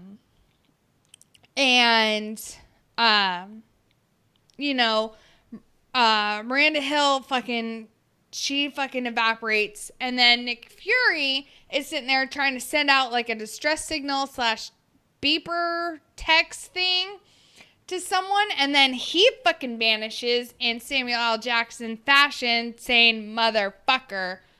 No, it's fucking amazing because he's like motherfucker, and then he like vanishes, and you're like, yes, Samuel. And then it shows the beeper, and it's sending this signal to someone's. It just shows a symbol on there, and it's Captain Marvel's symbol. And Captain Marvel is one of the few characters in the Marvel universe who can take on Thanos with the Infinity Gauntlet. So you just have to wait another 3 or 4 years before you see it. No. Next year. Really? 2019. So March 2019, Captain Marvel comes out, and then in the summer is Avengers 4. So Avengers Infinity Part 2 is next year. Not 4 years from now. It is next year. So when is it too late to start watching these things? Never. Okay. 2000. When did the first Iron Man come out? 2000 and whatever. You're behind the power curve, man. Yeah, I sent you. I'm so way that behind. Diagram. You need to watch those movies. Cause I sent you that diagram. Oh, you did, and I love it. Just don't watch the Hulk movies. No, don't do that. That'll fuck you up, man. In theory, all right. So technically, are they part of the Marvel Cinematic Universe? Little column A, little column B. Okay. They kind of are, but at the same time, they're not. Like the MCU has not claimed any of the Hulk movies as being part of. Not yet. And I can see that coming. No, besides the end credit of what was the Hulk 2 where Tony Stark showed up, so you're still trying the Super Soldier program. True. Yes. So technically, what was it? The Incredible Hulk actually, in theory, technically, kicked off the Marvel Cinematic Universe, because after that came Iron Man. However, a lot of fans don't consider either the Hulk or the Incredible Hulk part of the Marvel Cinematic Universe simply because they were absolute garbage. Absolute garbage. I love Eric Bana. I love what's his name? Edward Norton. But both of those Hulk movies, those standalone Hulk movies, were garbage. Which is why you have not seen any Hulk, like any standalone Hulk movie since then. This is pretty deep. They've been building the Hulk story like on the sideline, kind of. Exactly. No, but again, that's why you haven't seen any standalone Hulk movie, because standalone Hulk movie failed twice. Twice with two different huge actors, Eric Bana and Edward Norton.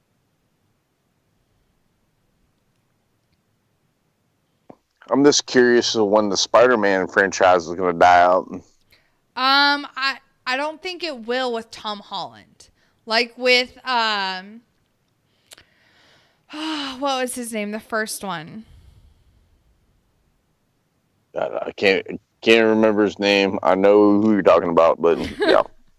I'm drunk. What's your excuse? Tobey Maguire. Tobey Maguire? Tobey Maguire. Spider-Man 1 and the very first Spider-Man, Sony owned that shit. It was 1 through 3. Sony owned the first 5 Spider-Man movies, right? So we had Spider-Man 1, 2, 3 with Tobey Maguire. Sony owned them. Is that why Sony is now picking up Venom out of nowhere? Wait for it. Let me get there. And then Sony decided to reboot Spider-Man for whatever fucking reason with Andrew Garfield. And they only made 2 of them because the second one, again, garbage.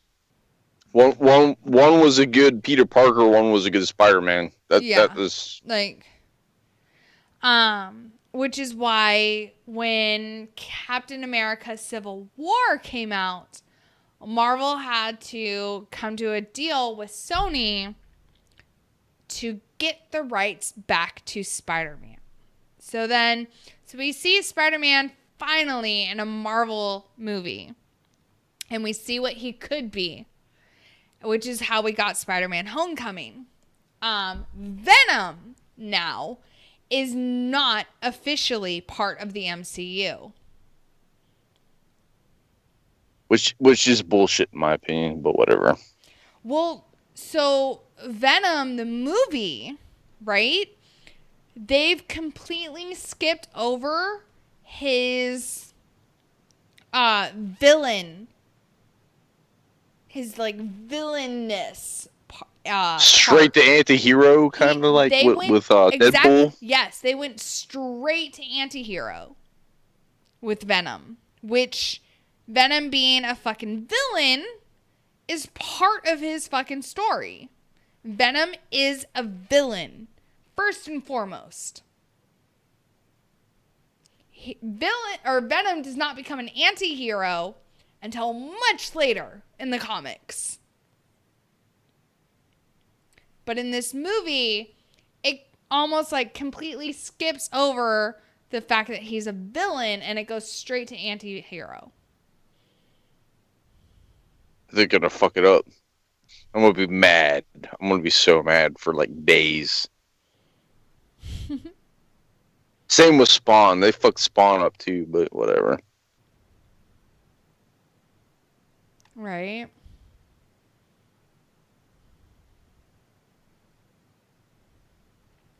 Oh, it's right. Deadpool 2 comes out on next Friday.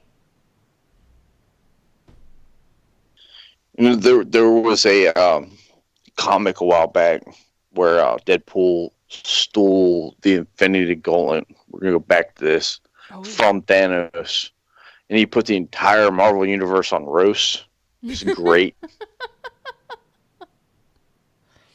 And then he gave it back to Thanos. Like he was like, "I'm done. I had my fun. Here you go." Like Deadpool style 101 right there. All right. Have you heard the fan theory that Vanessa, Deadpool's girlfriend, is Lady Death?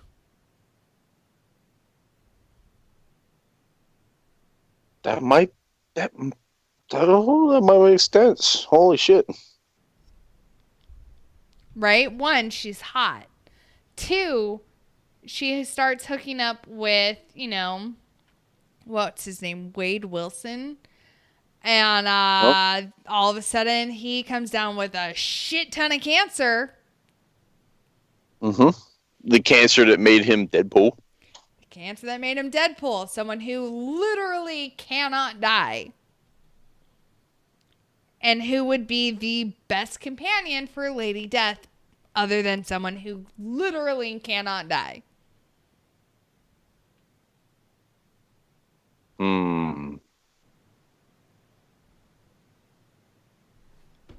It's a legit theory.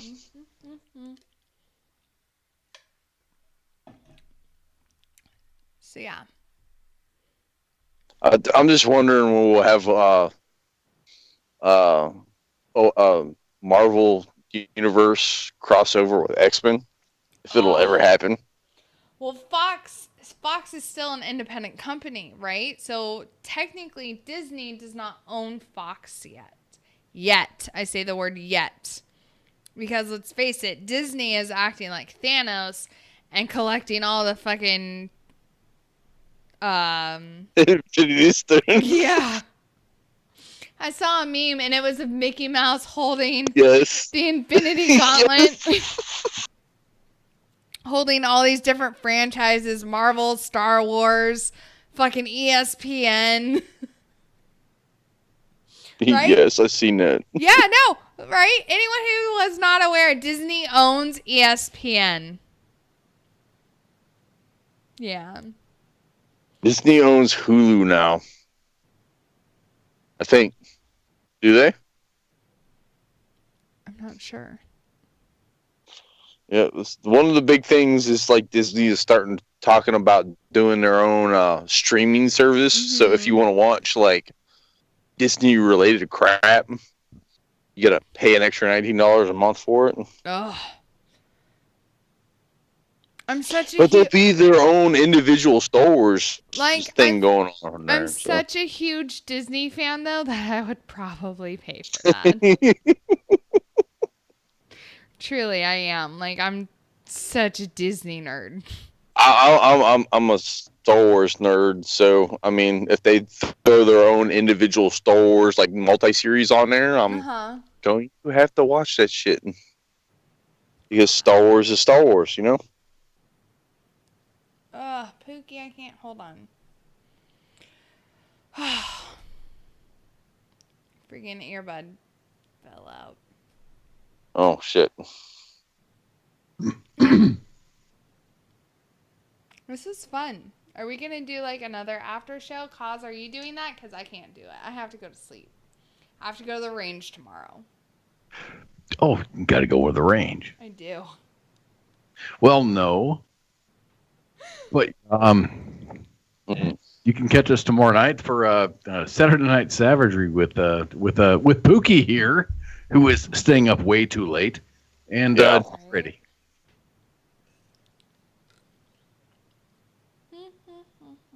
Dude, you fucking destroy that straw. Because I bit it? That's a green ass straw. That is. That did what?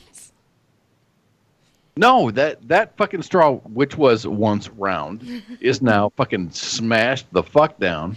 Yeah. Mm-hmm. Mm-hmm. I have- Cobra Kai. No, I have like this oral fixation thing. Oh no, that sounds terrible. Oh, that kind of. Woo. Got this. Hey, I'm gonna sign off now, but I got this oral thing that oh, never mind. I'm gonna go away. Oh my. No, like that's why my tongue is pierced. So like when I get bored, I can just fucking like fuck around with that. No, it's not like no, it's not like I'm over here like, oh my god, I have to suck all this dick to keep my mouth occupied. No, that's not what it is. That would be rude. Fucking no. That would be woo. No.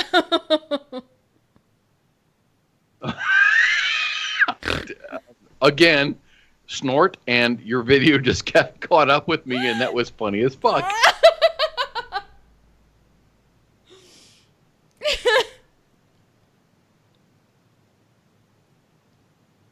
Anyone fucked with my stepdaughter, you're fucking dead. Right. I feel like, honestly, I feel so bad for anyone who's like ever attempts to date me now that I've started working for the station, because one, you have to deal with, best stepdad ever, because again, I am literally like his daughter now. Yes, you are. But then two, they have to deal with red leg and ice. You don't want to get to that level. You really don't. Yeah, because both of them view me as a sister. So level 3 would be the Vikings in the group. So yeah, So I really do. I feel so bad for anyone who's like, I feel like I'm gonna date Minx. Like, okay, let's just sign your death warrant right now. But you went with that the ghost hunter guy, Yeah, and we had no idea. I did go on. I've gone on a few dates with him. Is he cool? So far, yeah. He's super busy right now, so I haven't really heard from him in a few days. So that sucks, but whatever. But if you ever complain about him, he will disappear. Like a ghost. He'll have to investigate himself. Continue. I was trying to snap my fingers. I don't know if you can hear it. I can hear it. Right? And Pookie's only ever met me once, and he's now super protective of me. You have that way. What can I say? I don't know how I do it. Anywho. You do not know the way. Like Nigerian way? The way?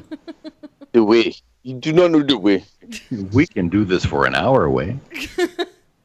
That fucking meme, by the way, the DeWay meme, I never fucking understood it. Like, I didn't catch the beginning of it. All I know is, like, this fucking fox-like creature kept fucking popping up. Like, we know DeWay. And I'm like, this is fucking gay as fuck. Like, what? It's only because you don't know the way. No, the way. You don't know the way.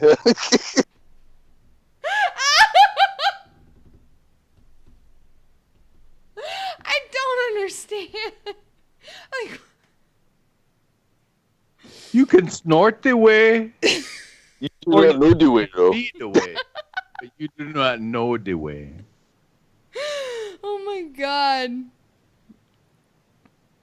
I don't even know. Like, I don't know what to fucking... I'm slightly dead right now. Alright, y'all.